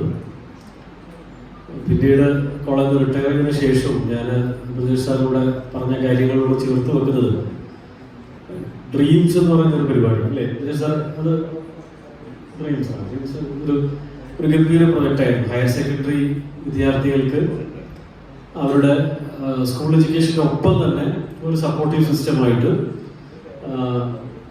എൻട്രൻസ് എക്സാമുകൾക്ക്, അത് എഞ്ചിനീയറിംഗ്, സയൻസ് എൻട്രൻസ് എക്സാമുകൾ മാത്രമല്ല, അതിലുപരിയായി മറ്റ് ആർട്സ് കോഴ്സുകളിൽ എൻട്രൻസ് വഴി പ്രവേശനം നടത്തുന്ന, ലോയിൽ എൻട്രൻസ് വഴി പ്രവേശനം നടത്തുന്ന കോളേജുകൾക്കൊക്കെയുള്ള സപ്പോർട്ട് കൊടുക്കുന്ന ഒരു സംവിധാനം വളരെ നന്നായിട്ട് സാർ അവിടെ കൊണ്ടു നടന്നിരുന്നു. ഞാനൊക്കെ അനുഭവം പറയാൻ കാരണം എൻ്റെ വീടിന് തൊട്ട് മുമ്പിൽ ഞങ്ങളൊക്കെ ചെറുപ്പത്തിൽ രാവിലെ എണീറ്റ് കഴിഞ്ഞാൽ തൊട്ട അയൽപ്പക്കത്ത് ഭയങ്കര ബഹളമായിരിക്കും ആ വീട്ടിൽ. അവിടുത്തെ ജ്യേഷ്ഠനും അനിയനും തമ്മിൽ ഭയങ്കര കച്ചറയാണ്. ഞങ്ങൾ ചെറുപ്പം മുതൽ ഇങ്ങനെ വലുതാകുന്നത് വരെ ആ വീട്ടിലെ മുഴുവൻ ഈ രീതിയിലുള്ള വിഷയങ്ങളും, ഒരാൾ നല്ല അത്യാവശ്യം മദ്യപാനിയാണ്, അതിൻ്റെ ഭാഗമായിട്ടുണ്ടാകുന്ന ഒരുപാട് വിഷയം അങ്ങനെ കണ്ടിട്ടുള്ളൊരു വീടാണ്. ഇന്ന് ആ വീട്ടിൻ്റെ ഫ്രണ്ടിൽ അഡ്വക്കേറ്റ് എന്നും പറഞ്ഞ് പെൺകുട്ടിയുടെ പേര് നല്ല വൃത്തിക്ക് എഴുതി വെച്ചിട്ടുണ്ട്. ആ രണ്ടുപേര് തല്ലുകൂടിയിരുന്നതിൽ അനിയൻ്റെ മകളാണ്. അവര് നല്ലൊരു പ്രീമിയർ ആയിട്ടുള്ള ലോ കോളേജിൽ നിന്നാണ് സത്യത്തിൽ അവരെ ബിരുദം നേടുന്നത്. ഒരു തർക്കമുണ്ട്. ആ കുട്ടി എത്രയോ തവണ നമ്മളെ കാണുന്ന സമയത്ത് മനസ്സിൽ തന്നെ പറഞ്ഞിട്ടുണ്ടായിരുന്നു. പൊന്നാനി MES കോളേജിലെ ഡ്രീംസ് എന്ന് പറയുന്ന ആ ഒരു പരിപാടിയുടെ ഭാഗമായ കാരണം കൊണ്ട് മാത്രമാണ് സാർ എനിക്ക് ഇങ്ങനെ ഒരു ബോർഡൊക്കെ വെച്ച്, അല്ലെങ്കിൽ റിയാസ് ഇങ്ങനെ ബോർഡൊക്കെ വെച്ച് വീട്ടിന് മുമ്പിൽ ഇങ്ങനെ പ്രൊഫഷനിൽ നിൽക്കാൻ കഴിയുന്ന സിറ്റുവേഷൻ ഉണ്ടായിരുന്നു. എനിക്ക് ഉറപ്പാണ് അങ്ങനെ ഇടപെടലില്ലെങ്കിൽ ആ കുട്ടിക്ക് ഒരിക്കലും ആ കാര്യത്തിൽ വെളിച്ചം കാണില്ല. അപ്പൊ ഔപചാരികമായിട്ടുള്ള പ്ലാറ്റ്ഫോമുകൾക്ക് പുറമെ ഇതിനുള്ള സപ്പോർട്ടീവ് സിസ്റ്റം ഒരുപാട് സ്കൂളും അതുപോലെ തന്നെ കോളേജും കേന്ദ്രീകരിച്ച് അല്ലാതെ തന്നെ ഒരുപാട് മേഖലകളിൽ സാർ ആരെങ്കിലും കൈവച്ചിട്ടുണ്ട്. അവസാനം ഇപ്പം പ്രതീഷ് സാർ പറഞ്ഞ പോലെ നമ്മുടെ ICSR സ്ഥാപനത്തിൽ നിന്ന് ഈ ഇവിടെ മറ്റേ ഇംഗ്ലീഷ് വാക്കിന്റെ ബാക്കിലുള്ള ചെടികൾ കൊണ്ടുവരാൻ വേണ്ടിയിട്ട് ഞാനാണ് സാറെ പിക്ക് ചെയ്യാൻ വേണ്ടി പോയത്. എൻ്റെ കാറിന്റെ ബാക്കിൽ ഡിക്കിയിൽ ഈ ചെടികളൊക്കെ അടുക്കി വെച്ച് സാറ് കാറിൽ കയറിയിരുന്നു. ഞങ്ങൾ ഇങ്ങനെ വരികയാണ്. അപ്പം ഞാൻ സാർ മറ്റ് ചില അനുഭവങ്ങൾ, അപ്പം ഞാൻ പഞ്ചായത്ത് വൈസ് പ്രസിഡന്റ് ആയിരുന്ന സമയമൊക്കെ ബന്ധപ്പെട്ടിട്ടുള്ള കാര്യങ്ങളൊക്കെ ചോദിച്ച്, കോവിഡിന്റെ സമയമൊക്കെ ചോദിച്ചിട്ട് സാറ് കിടന്നിട്ട് ക്ഷുഭിതനാണ്. കാരണം ICSRൽ കോവിഡ് സമയത്ത് അത് അവിടെ ഒരു എന്ത് സെന്റർ എന്ന് പറയാൻ ഞാൻ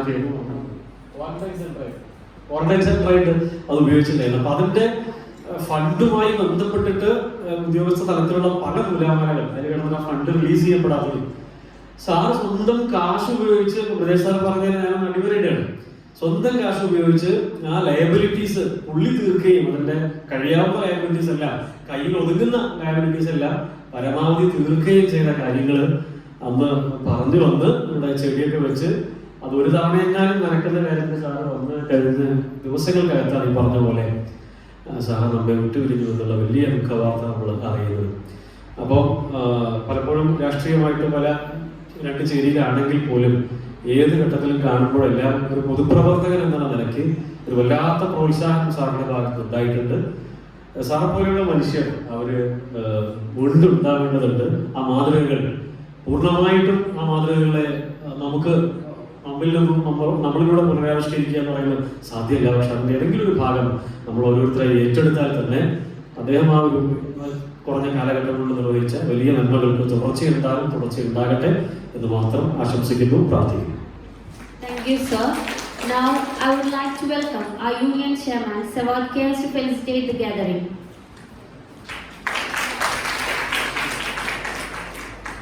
വേദിയിലും സദസ്സിനുമുള്ള ഏറ്റവും പ്രിയപ്പെട്ടവരെ, ആദ്യം തന്നെ ഞാൻ പറയാൻ ആഗ്രഹിക്കുന്നത് വലിയ ഒരു തീര ദുഃഖത്തിന്റെ അല്ലെങ്കിൽ നഷ്ടത്തിന്റെ ഒരു അടിസ്ഥാനത്തിലാണ് ഞാൻ ഇപ്പോൾ നിങ്ങളോട് സംസാരിക്കാൻ പോകുന്നത്. TY സാറെ കുറിച്ച് ബ്രിജേഷ് സാറും റിയാസ് സാറും സുബൈർ സാറൊക്കെ സൂചിപ്പിച്ചു.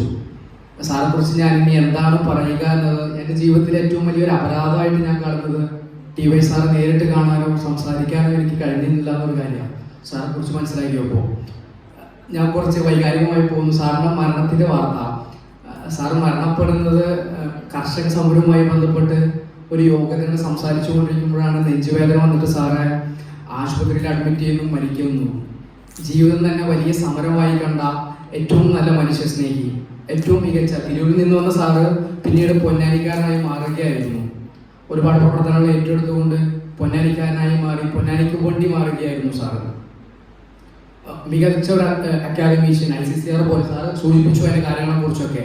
ICSR പോലെയുള്ള നമ്മുടെ നാളേക്ക് വേണ്ടിയുള്ള എല്ലാം ഒരുക്കി വെച്ചു, പലതും ഒരുക്കി വെക്കാൻ കഴിയാതെയാണ് സാറ് വിട്ടുപോയത്. അപ്പോൾ ഈ ഒരു ആശംസ പറയുക എങ്ങനെയാണെന്ന് എനിക്ക് അറിയില്ല. നമ്മുടെ ജീവിതത്തിലും നമ്മുടെ മുഴുവൻ ജീവിതത്തിലും TY സാർ ഉണ്ടാവണം എന്ന് മാത്രം പറഞ്ഞുകൊണ്ട് ആ വലിയ മനുഷ്യന് മുന്നിൽ സ്മരണാഞ്ജലി അർപ്പിച്ചുകൊണ്ട് ഞാൻ നിർത്തുന്നു. നന്ദി. Thank you. So, finally, the vote of thanks. Let me invite Dr. Rashmi Levindran P, Assistant Professor from Department of English. Good morning, one and all. So, I think it has been almost 60 minutes that we began the session. And all this time, we were with the memories, we were with the recollections, we were with the thoughts that were shared. And I'm quite sure that we sense the presence of our T.Y. Arvindashan sir in his absence. So at this moment, I myself I feel extremely honored, I feel extremely privileged, happy, blessed as being the part of department that was once headed by such experienced hand. And I'm quite sure that all the experiences that are shared, all the memories that are recollected here will remain as living memories in our thoughts, as guiding light in our future endeavors as academicians, as teachers, as students, and of course as human beings. With that note of acknowledgement, by placing that note of acknowledgement here, let me move on to my duty, that is to deliver a vote of thanks. I express our sincere gratitude to our beloved principal, Dr. Amira Guyu, for the support and help rendered even in her physical absence. Words of gratitude to our resource person, Dr. Arunlal Mukherjee, who will enlighten our students in the second section. On behalf of the Department of English, I express words of gratitude to Dr. Bridesh VK, Head Department of Geology, for his commemoration speech. I express our gratitude to Dr. Zubair AA, Head Department of Aquaculture, for the words of felicitation.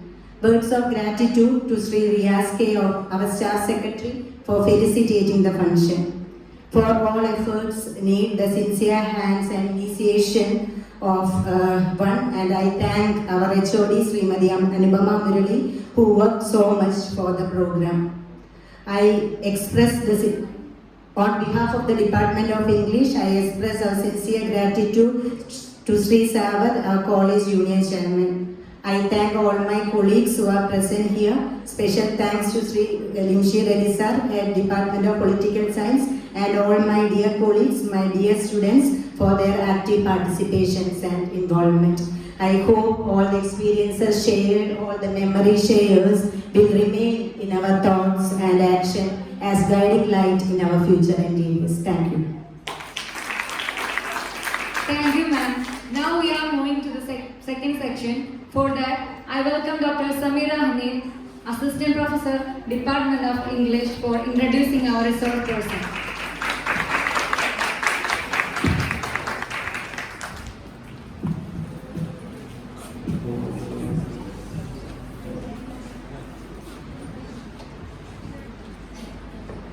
A very good morning to one and all. Respected dignitary on the dais, and my dear students and my dear colleagues. First of all, I thank you all for being here with us today, for making this program successful. And my duty here is to introduce our chief guest. And I'm not taking a formal note, because as we all know, Arunlal sir is an apt person to deliver a lecture on this topic. Sir don't know me personally, but I am following you on Facebook, and I read what you are writing. I feel a little hesitant to speak before Arunlal sir, because I am introducing a person who uses language very beautifully, both English and Malayalam. That's why I am hesitant. ഭാഷ അതിൻ്റെ എല്ലാ മനോഹാരിതയോടും കൂടി ഉപയോഗിക്കുന്ന ഒരാളെയാണ് ഞാൻ introduce ചെയ്യുന്നതെന്നുള്ള ഒരു ബോധത്തിലാണ് ഞാനിവിടെ നിൽക്കുന്നത്. Sir FB യിൽ എഴുതുന്ന ചില കവിതകൾ, സാറിനെ തന്നെ ഒരു കവിയായിട്ടാണോ കാണുന്നത് എന്ന് എനിക്കറിയില്ല. എനിക്ക് സാറിൻ്റെ കവിതകൾ കോട്ട് ചെയ്യാൻ അറിയില്ല. പക്ഷേ ഓക്കെ, നിന്റെ പ്രണയം പതിഞ്ഞ സ്ഥായിയിലുള്ളൊരു പാട്ടാണ്. അതിനോടുള്ള എൻ്റെ കരഘോഷമാണ് എൻ്റെ പ്രണയം എന്നർത്ഥം വരുന്ന ഒരു കവിതകൾ, അങ്ങനെ വളരെ ബ്യൂട്ടിഫുൾ ആയിട്ട്. And he's A very good translator. and he has translated many of our poems, and it's all distributed among the teachers group and all. So I'm very much sure that he's an apt person to deliver a lecture on gender and the cyber spaces, how cyber spaces are making use, and the gender and post-truth. He is an eminent personality to talk on these topics, and I have heard his talk on pandemic literature, and the words are very clear. How he gives shapes to his ideas are really awesome. So once again, I welcome Dr. Arulal sir for delivering the keynote address. Welcome, sir. Thank you, ma'am, for your wonderful words. Now, I welcome Dr. Arulal Mukherjee for the discourse.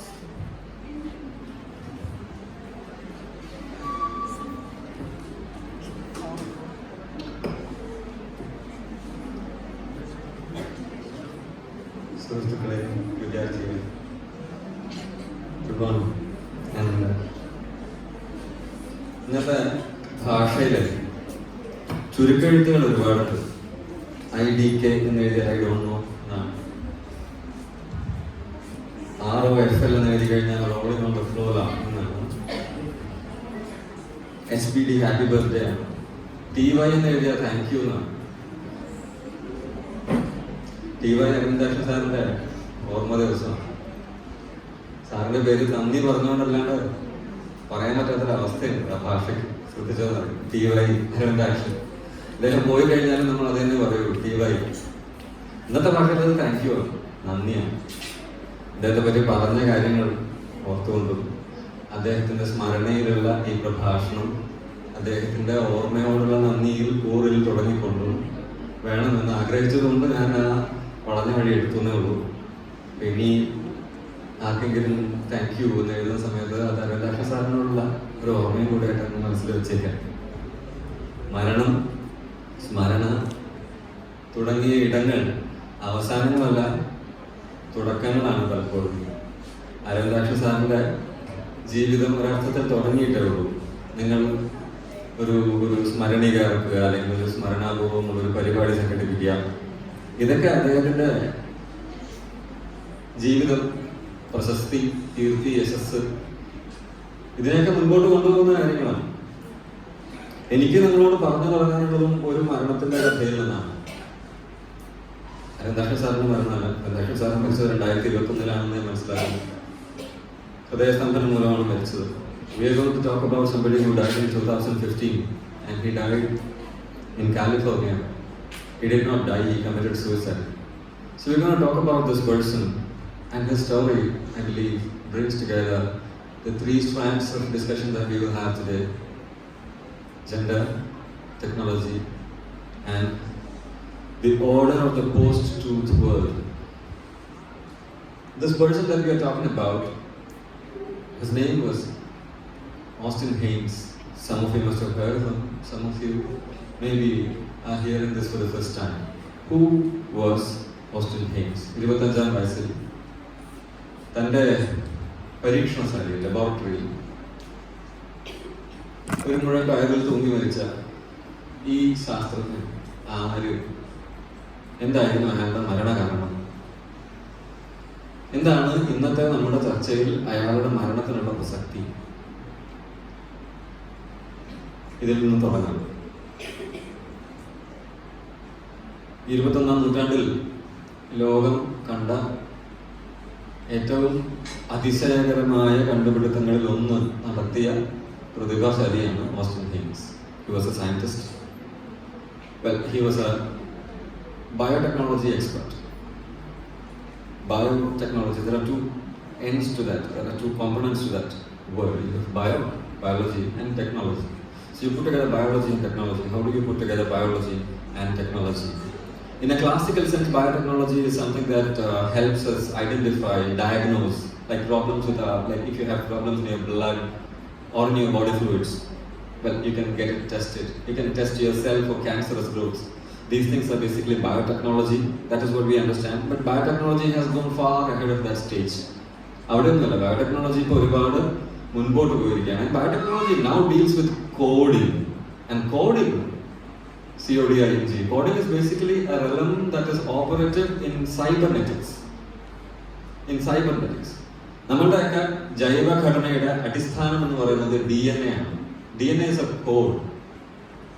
DNA എന്ന് പറയുന്ന ഒരു വസ്തു എന്നുള്ളതിനപ്പുറം ഒരു കോഡാണ്. ഈ ജൈവഘടക deoxyribonucleic acid എന്ന് പറയുന്ന സാധനം, it is a protein and it is basically coded. Austin Haynes was doing research. He was a DNA scientist, and his DNA science was special. It was not the classical DNA science. It moved on to mapping DNA as a technologically reproducible code. See, a computer, or let us say the internet connected computer, is a complex network of codes. Like when you play on your smartphone, what is actually happening? You're meddling with codes. Every app that you're working on, നമ്മളുടെ play സ്റ്റോറിനോ അല്ലെങ്കിൽ ഐഫോണിലോ നമ്മൾ download ചെയ്യുന്ന എല്ലാ ആപ്സും, all of them are codes. They don't look like codes definitely. They look very organic, but they're not organic. Nothing is organic in fact. Even the photographs we take are not organic. Photograph എന്നുള്ള വാക്ക് നിങ്ങൾ ശ്രദ്ധിച്ചോ? Photo എന്ന് വെച്ച് കഴിഞ്ഞാൽ പ്രകാശം എന്നാണ്. Graph രേഖപ്പെടുത്തുക, പ്രകാശത്തെ രേഖപ്പെടുത്തുന്നതും എന്നാണ് ഫോട്ടോഗ്രാഫ് എന്നുള്ള വാക്കിന്റെ അർത്ഥം. അതതിന്റെ ക്ലാസിക് അർത്ഥത്തിൽ ശരിയാണ്. എങ്ങനെ? ഒരു ക്യാമറക്കകത്ത് ഫിലിം ഉണ്ടെങ്കിൽ, നെഗറ്റീവ് ഉണ്ടെങ്കിൽ, ആ നെഗറ്റീവിലേക്ക് വരുന്ന പ്രകാശം, ആ പ്രകാശം നെഗറ്റീവിലേക്ക് വീഴുന്നതിനെയാണ് ഫോട്ടോഗ്രാഫ് എന്ന് വിളിക്കുന്നത്. In that sense there is A real photograph. പക്ഷെ നമ്മൾ എടുക്കുന്ന സെൽഫികൾ ഫോട്ടോഗ്രാഫുകളാണോ? അല്ല. കാരണം പ്രകാശം എവിടെയും വീഴുന്നില്ല. It is not recorded on a sheet. It is nowhere. When you take a selfie, when you take a photograph on a mobile, on a smartphone, it basically becomes pixels. It becomes codes. It doesn't get recorded anywhere. Nothing gets recorded.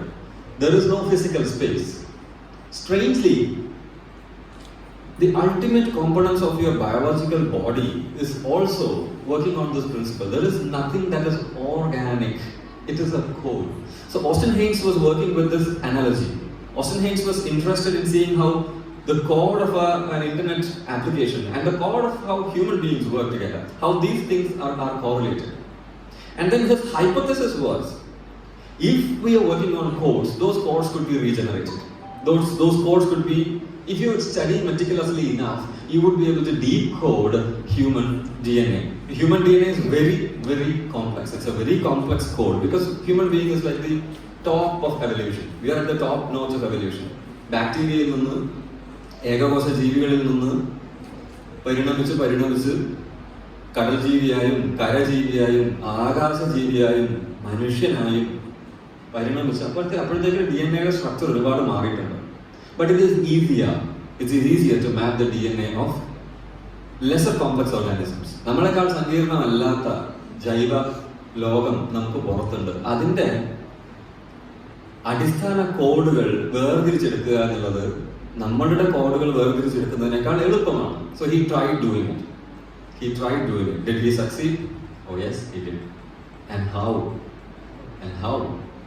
Austin Haynes ആദ്യത്തെ demonstration, തന്റെ ടീമിന്റെ first demonstration Santa Barbara കാലിഫോർണിയയിൽ he did a demonstration. Do you know what the demonstration was? മിന്നാമിനിയുടെ genetic code ഞാൻ decode ചെയ്യുന്നത്. നമ്മൾ സാധാരണ Microsoft വേർഡിലൊക്കെ ചെയ്യുന്ന പോലെ കട്ട് കോപ്പി പേസ്റ്റ് എന്ന് പറഞ്ഞ സാധനം. So he makes a code.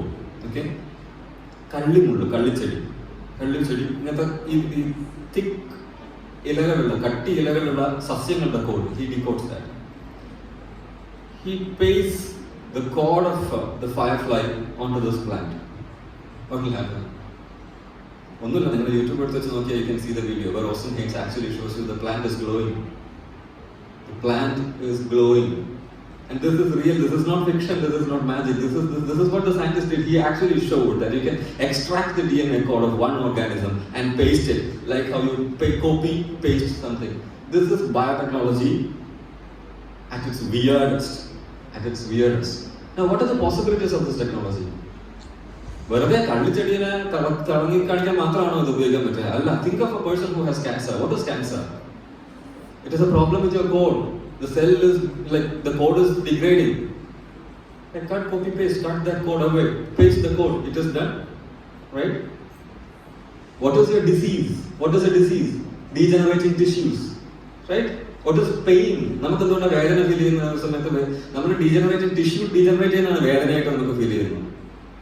If you have a tissue which doesn't degenerate or which can replenish when it degenerates, വേദനയേ ഉണ്ടാകില്ല മനുഷ്യർക്ക്. Imagine a world where biotechnology can actually do that. Austin Haynes was doing that. You want him to live, right? But he committed suicide at 25. 2 years after discovering this. Why? And what happened to the project? Why did it go down the drains? Why is nobody talking about it? Why did you not hear about it? It is out there on YouTube, you can see that. Why?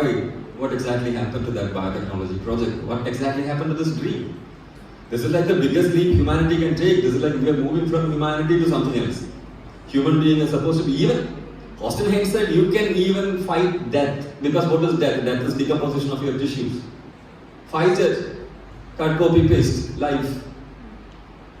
Life is a code, you can paste it. How wonderful is that for technology? Science. You know how this person was an introvert. Okay, this is a classic case of nerd scientist. He did not have social skills at all.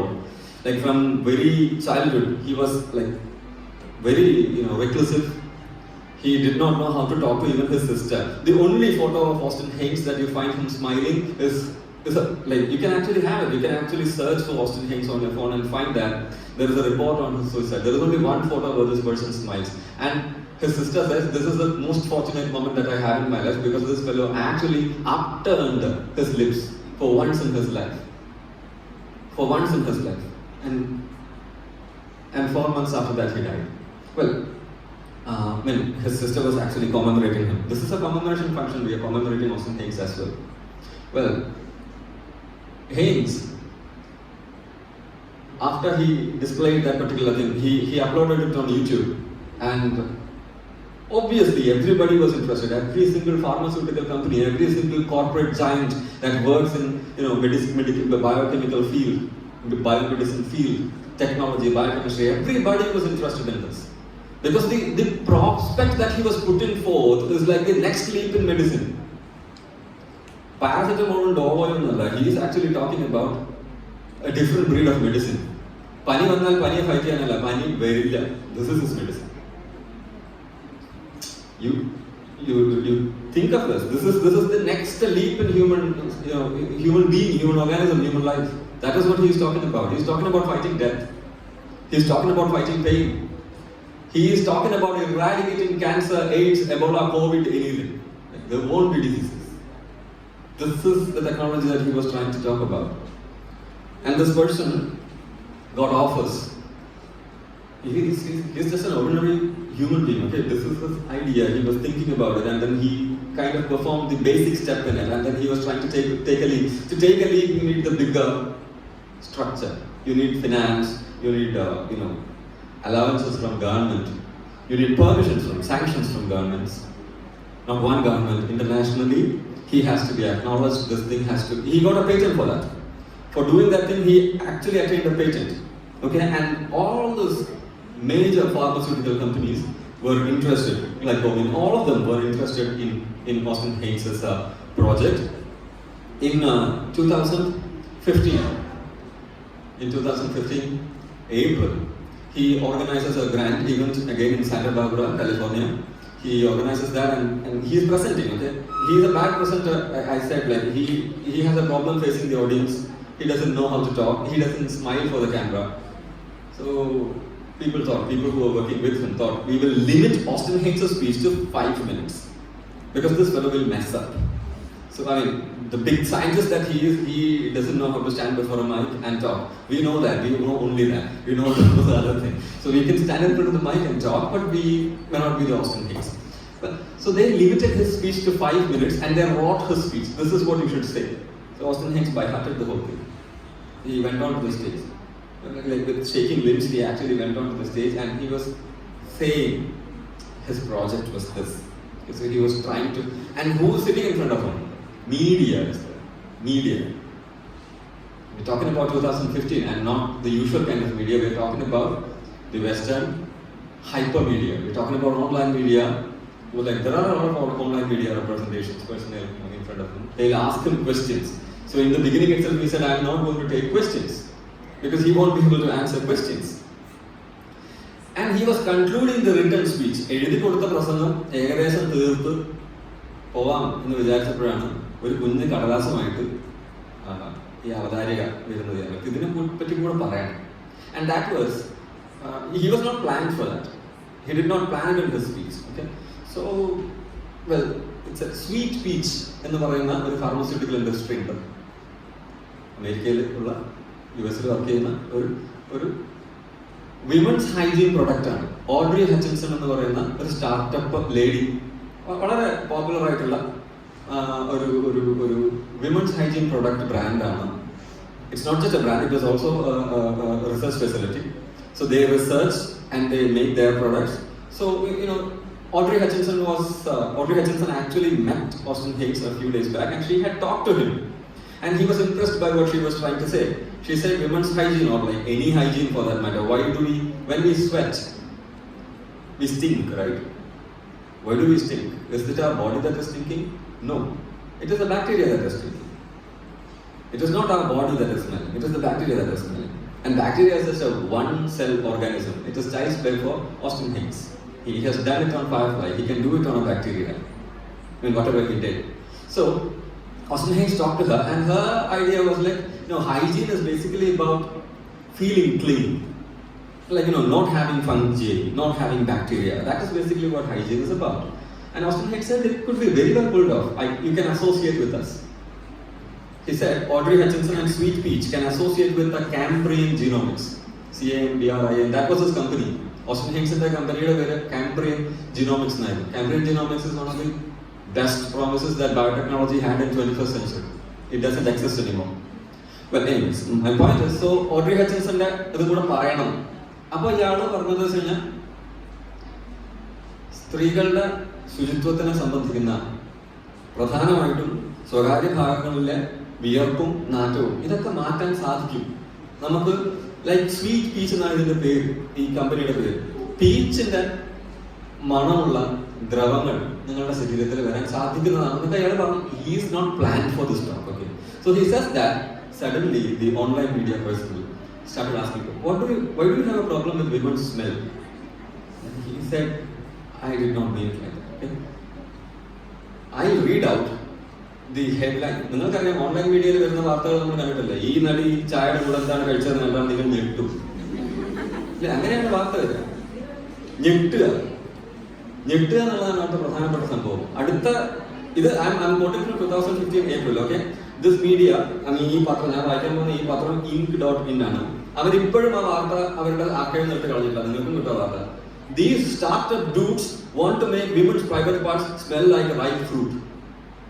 അയാൾ അത്ര നേരം പറഞ്ഞു biochemistry അവർ കേട്ടിട്ടില്ല. They heard only this. And the next morning, the online media, not just one media, every single media flashes this news. These startup dudes want to make, they're dudes suddenly, they're not scientists. They're just startup dudes. They're not biochemistry scientists. These startup dudes want to make women's private parts smell like ripe fruit. Okay, now this is 2022 and the author of the story has published a detailed note after that.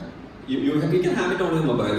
You can just search ink.in Austin Hicks, you will get the story. Author's note was, after the publication of the story, I learned that some of the statements quoted in my article about the purpose of Sweet Peach were made in error. Now he says that Austin Hicks is already dead. He is dead because the online media haunted him. He could not stand the pressure. He committed suicide because he could not stand the cyberbullying. You killed a scientist and now you have an author note saying this might have been in error. This must be the error killed one of the best promises that science had had in 21st century. This error.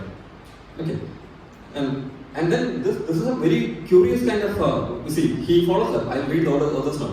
Freedom of speech, freedom of assembly, freedom to have intimate bits that smell pleasantly like ripe fruit. Why have we as society embraced these first two rights as universal, etc., etc. He goes on. Okay, this author goes on, and you can find you can find that there are so many articles that came in 2015 April about this particular press meet that he has had, and the fiasco is that even Audrey Hutchinson, who was in the audience, even she was misled. She was misled by the media because this explosion that we have and the share value that it has. See, online media news കാണുന്നതും ഒരു പത്രത്തിലൊരു news കാണുന്നതും തമ്മിൽ വലിയ വ്യത്യാസമുണ്ട്. You go to the Google news feed page and you find several നമുക്ക് ട്രോളും മീമും ഒക്കെ കിട്ടില്ലേ, അങ്ങനെയാണ് പലപ്പോഴും വാർത്ത അറിയുന്നത് പോലും. What is a troll? It is a twist on the news. We know the twist first, news later. വിചിത്രമാണ് അതിന്റെ സ്ഥിതി. ഒരു സത്യം അറിഞ്ഞിട്ട് അതിനെ പറ്റിയിട്ടുള്ള തമാശ അറിയുന്നതിൽ ഒരു സംഗത്യമുണ്ട്. ആദ്യം തമാശ അറിഞ്ഞിട്ട് ഇനി ഇതെന്താണോ ഇതിന്റെ കഥ, ചിലപ്പോൾ നമ്മൾ കഥ അറിയുകയില്ല. ട്രോള് കണ്ട് ചിരിക്കും, അന്നവരെ 4 ആൾക്ക് അയച്ചേക്കാം, അയച്ച് 10 പേർക്ക് അയച്ച്, ഇതാണോ കഥ അറിയില്ല. And by the time we sent it to 1,000 people, a scientist is dead. He was cyberbullied. Then he did is first he cancelled the contract with Sweet Peach. That was another error. That is what made Audrey Hutchinson. Sweet Peach, the CEO, was very, very angry because this person cancelled the contract. He cancelled the contract because he wanted to do damage control. No, I am not associating with them. But then she said, why are you not associating with us? Because you want, you are again being anti-woman. He said, I am not. This person was totally a mess in communication. That is, Austin Hicks did not know how to deal with media, deal with people. He was bad at that. And his PR was absolutely poor. And then bullying continued. And 4 months later, he cancelled all contracts. Not that. He said, I don't want to connect with Sweet Peach. I don't want to connect with Glycon. I don't want to connect with Unilever. None of these pharmaceuticals.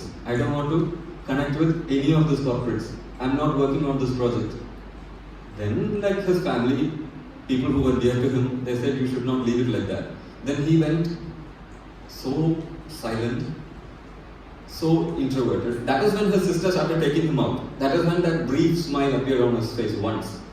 But in another few weeks, രാത്രി ഉറങ്ങാൻ കിടന്നതാണ്, രാവിലെ ചേച്ചി എഴുന്നേറ്റ് നോക്കുമ്പോൾ അനിയനെ കാണുവാനില്ല ബെഡ്റൂമിൽ. They searched everywhere, he was not there. And then they went open the lab, they found him hanging in the slab. He could not stand the pressure. What are we talking about? We are talking about a media that we are consuming. We are talking about gender. We are talking about technology. That is my topic, gender, technology, and the post-truth order. This is post-truth. Was that news true? Was that a lie? He did say that. See that this is not a lie.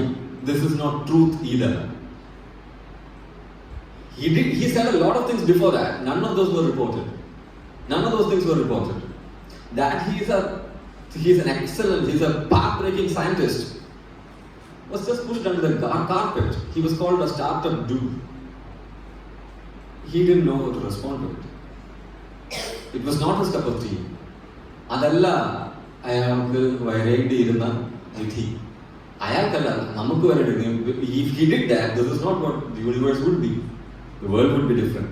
What is Cambridge Genomics doing now? Nobody is taking it up. Because he did not give the idea how to do this. He was having that brain, he did not part it with anybody.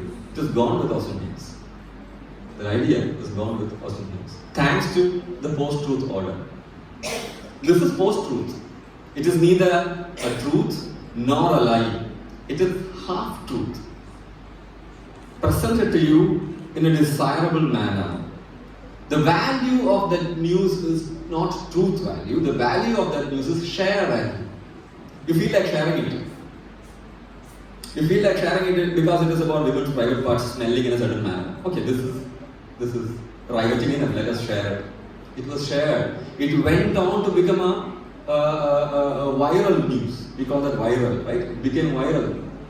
And the virality, he did not. Do we know how to control something that is viral? We can't. If something becomes viral, things can become viral positively and negatively. ഈയിടെ ഒരു cinema ഉണ്ടായിരുന്നു, ജയ ജയ ജയ ജയ ജയ എന്ന് പറഞ്ഞുകൊണ്ട്. അതിൽ നായകൻ എടുത്തിട്ട് ചവിട്ടുന്ന ഒരു video വൈറലായി പോയതാണ്. അവസാനം കോടതി വരെ അവരുടെ കേസെത്താനുള്ള കാരണം. വൈറലാവുക എന്ന് പറയുന്നത് പല തരത്തിലുണ്ട്. കാലിഫോർണിയ വിടും, ഓസ്റ്റിൻ ഹിക്സ് വിടും, കേരളത്തിലോട്ട് വരും. കേരളത്തിൽ കൊച്ചി മെട്രോ തുടങ്ങിയ ദിവസം നമ്മുടെയൊക്കെ മൊബൈലുകളിൽ ആദ്യം വന്ന കൊച്ചി മെട്രോയുടെ വാർത്തയൊക്കെ വന്നു. പക്ഷെ കൊച്ചി മെട്രോയുടെ വാർത്തയേക്കാൾ നമ്മൾ രസിച്ച ഒരു ട്രോൾ, ഒരു മീമുണ്ട്, നിങ്ങൾക്ക് ഓർമ്മയുണ്ടോ എന്നറിയില്ല. മെട്രോയിലെ ആദ്യ പാമ്പ് എന്ന് പറഞ്ഞുകൊണ്ട് ഒരാള് ചുരുണ്ടെടുക്കുകയാണ് ഇതിന് മുകളിൽ.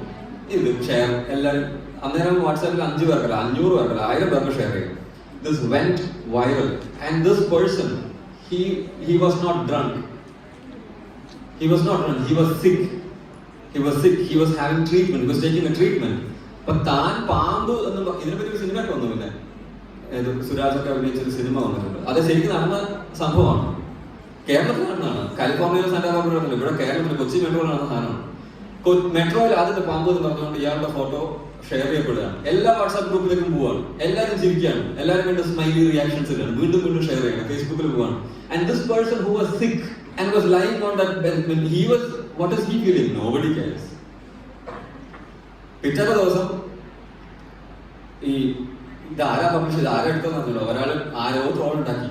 ആ ട്രെയിനിൽ കയറി ഇയാളുടെ ഫോട്ടോ എടുത്ത് അതിന്റെ മുകളിൽ ഒരു സ്ക്രിപ്റ്റ് വെച്ച് സാധനം ഇത് പോയ പോക്ക് എങ്ങനെയാ പോയെന്നുണ്ടോ. മെട്രോയിൽ ആദ്യത്തെ പമ്പ് എന്ന് പറഞ്ഞുകൊണ്ട് കേരളത്തിലെ ഏകദേശം എല്ലാ സ്മാർട്ട് ഫോണുകളിലും നിങ്ങൾക്ക് കിട്ടിയിട്ടുണ്ടാവും.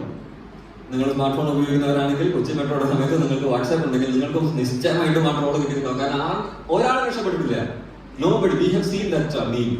മെട്രോയിലാകത്ത് നമ്മൾ ചിരിച്ചിട്ടുണ്ടാവും. പക്ഷെ അയാൾ തലയിട്ട് കൊണ്ട് കിടക്കുകയാണ്. അയാൾക്ക് മെഡിക്കേഷൻ എടുത്തിട്ടാണ്. പിറ്റേന്ന് കൊച്ചി മെട്രോ പ്രസ് റിലീസ് ചെയ്തു. കൊച്ചി മെട്രോ ആണ് പ്രസ് റിലീസ് ചെയ്യുന്നത്. ഇദ്ദേഹത്തിന് അവശനാണ്, അസുഖമാണ്, അത് കുടിയനല്ല. ആ വാർത്ത ആരും ഷെയർ ചെയ്തു. ആ വാർത്ത വായിച്ചവരും ഇത് പോട്ടെ മറ്റൊരു ഷെയർ ചെയ്യാം. എന്തുകൊണ്ടാ? Truth value is lesser than share value in post-truth order. You need things that can be shared. You don't want true things. We choose not to. We choose to share. We choose not to insist on truth. We've become a society which is networked, which is basically, our validation comes from sharing. Validation in the sense like നമ്മളിപ്പോൾ selfie എടുക്കുന്നു. എന്തിനാ selfie എടുക്കുന്നത്? നമുക്ക് വേണ്ടി രസിക്കാനല്ല. നമുക്ക് വേണ്ടി രസിക്കാൻ നമ്മളൊരു selfie എടുത്തു, ഇത് ശരിയായിട്ട് എന്റെ സെൽഫി അല്ല, നമ്മൾ ആംഗിൾ മാറ്റിയെടുത്തു, ഫിൽറ്റർ മാറ്റിയെടുത്തു, 4 വായിക്ക് നിടും. അങ്ങനെ ഒരു 15 സെൽഫി എടുത്തപ്പോഴാണ് അവസാനം എന്റെ സെൽഫി എന്ന് ഞാൻ തന്നെ പറയുന്ന ഒരു സെൽഫി എനിക്ക് കിട്ടുന്നത്. ആ സെൽഫി ഞാൻ എന്ത് ചെയ്യും? സൂക്ഷിച്ചു വെക്കും? ഇല്ല, അപ്ലോഡ് ചെയ്യും. എന്തിനാ അപ്ലോഡ് ചെയ്യുന്നത്? ഷെയർ ചെയ്യാണ്. ഷെയർ ചെയ്താൽ തീർന്നോ? ഇല്ല, ഇതാരൊക്കെ കണ്ടു, ഇതിന് എത്ര ആൾ ഇൻസ്റ്റാഗ്രാമിൽ ലൈക്ക് അടിച്ചു, ഇതിന് എത്ര കമന്റ് വന്നു. Why is this important? This is validation. This is what we call the system of validation. Post-truth order, this is an important. Technology becomes a device. Technology becomes a device-oriented, share-mediated network for personal validation. Personal validation വെച്ചാൽ എന്താ? ഞാൻ ഈ share ചെയ്യുന്ന photo, ഞാൻ ഈ share ചെയ്യുന്ന particular news item, this particular meme that I am sharing, this particular troll page that I am sharing, when I share it, when people like it, comment it, like reshare it, then I feel like I am validated. My own self is validated. We are moving into a society whose validation mechanism is basically from the outside. You want to go on a tour. കോളേജിൽ നിന്ന് tour പോകണം. എന്തിനാണ്? Status ഇടാനാണ്. സത്യമായിട്ട് സ്ഥലം കാണണമെന്നല്ല. സ്ഥലം കണ്ടാലും കൊള്ളാം, കണ്ടില്ലെങ്കിലും കൊള്ളാം, ഞാൻ റീൽസ് എടുക്കും. സ്ഥലം പ്രധാനം, സ്ഥലം ഇൻസിഡന്റലാണ്. യു കുഡ് ബി അത്രേ ഉള്ളൂ. യാത്രയെ പ്രണയിച്ചതെന്നൊക്കെ പറഞ്ഞുകൊണ്ട് റേഷൻ കടയിലേക്ക് പോവാണ് വീട്ടിൽ. അതിന് ഒരു വലിയ പാട്ടൊക്കെ വെച്ച് ഫിൽറ്ററൊക്കെ ഇട്ട് യാത്ര എങ്ങോട്ടാണ്? മണ്ണാകും റേഷൻ കടയിലേക്ക്. യാത്രയെ അത്രേ ഉള്ളൂ, യാത്രയുടെ പ്രധാനമല്ല. ഞാൻ ആ റീൽസ് ഉണ്ടാക്കി, അത് വൈറലാണ്. പിന്നെ ഇവന് ഹിമാലയത്തിൽ പോയി വന്ന് സന്തോഷമുണ്ട്. ഹിമാലയത്തിൽ പോകണമെന്നില്ല യാത്രയെ പ്രണയിക്കാൻ, റേഷൻ കടയിൽ പോയാൽ മതി. ഈ രീതിയിലൊക്കെ നമുക്ക് ഈ പോസ്റ്റ് ട്രൂത്ത് ഓർഡറിൽ when you create a meme, when you create a troll, this is self validation. We do that and there is no harm in doing it. There is no harm in doing it. This has been done in different phases, in different kinds of validation. ഇതിന് മുൻപുള്ള സാങ്കേതിക വിദ്യയുടെ ഘട്ടത്തിൽ മറ്റൊരു തരത്തിലുള്ള validation, ഇത് വേറൊരു തരത്തിലുള്ള വാലിഡേഷൻ. അത്രേ ഉള്ളൂ. ഇത് മറ്റൊരു ആശ്വാസം എന്ന് പറഞ്ഞ പോലെ ഇത് വേറെ ഒരു രീതിയിലുള്ള validation mechanism. That is all. You need not look at it as something that is worse than the previous generation's validation mechanisms. ഞാനിപ്പോൾ ഉൾപ്പെടുന്ന digital മൈഗ്രൻസിന്റെ society, there was another kind of validation mechanism. This validation mechanism does not pop up with that. Doesn't mean that this is bad or that is good. It just means that we have evolved, we have moved. മലയാളത്തില് ഇന്ദുലേഖ എന്ന് പറഞ്ഞൊരു നോവലുണ്ട്. കേട്ടിട്ടുണ്ട്.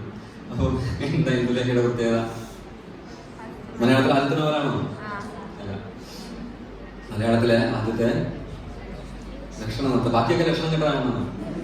ലക്ഷണമൊത്ത ആദ്യത്തെ novel ഇന്ദുലേഖയാണെന്നാണ് പറയപ്പെടുന്നത്. എന്തുകൊണ്ടാണ് അത് ലക്ഷണമൊത്ത നോവലാണെന്നൊക്കെ വിവാദങ്ങൾ മലയാളം ഡിപ്പാർട്ട്മെന്റ് ചോദിച്ചാൽ നിങ്ങൾക്ക് അറിയാം. എന്തായാലും ഇന്ദുലേഖ എന്ന നോവലിലെ നായിക ഇന്ദുലേഖ പഞ്ചു മേനോന്റെ മരുമകളാണ്.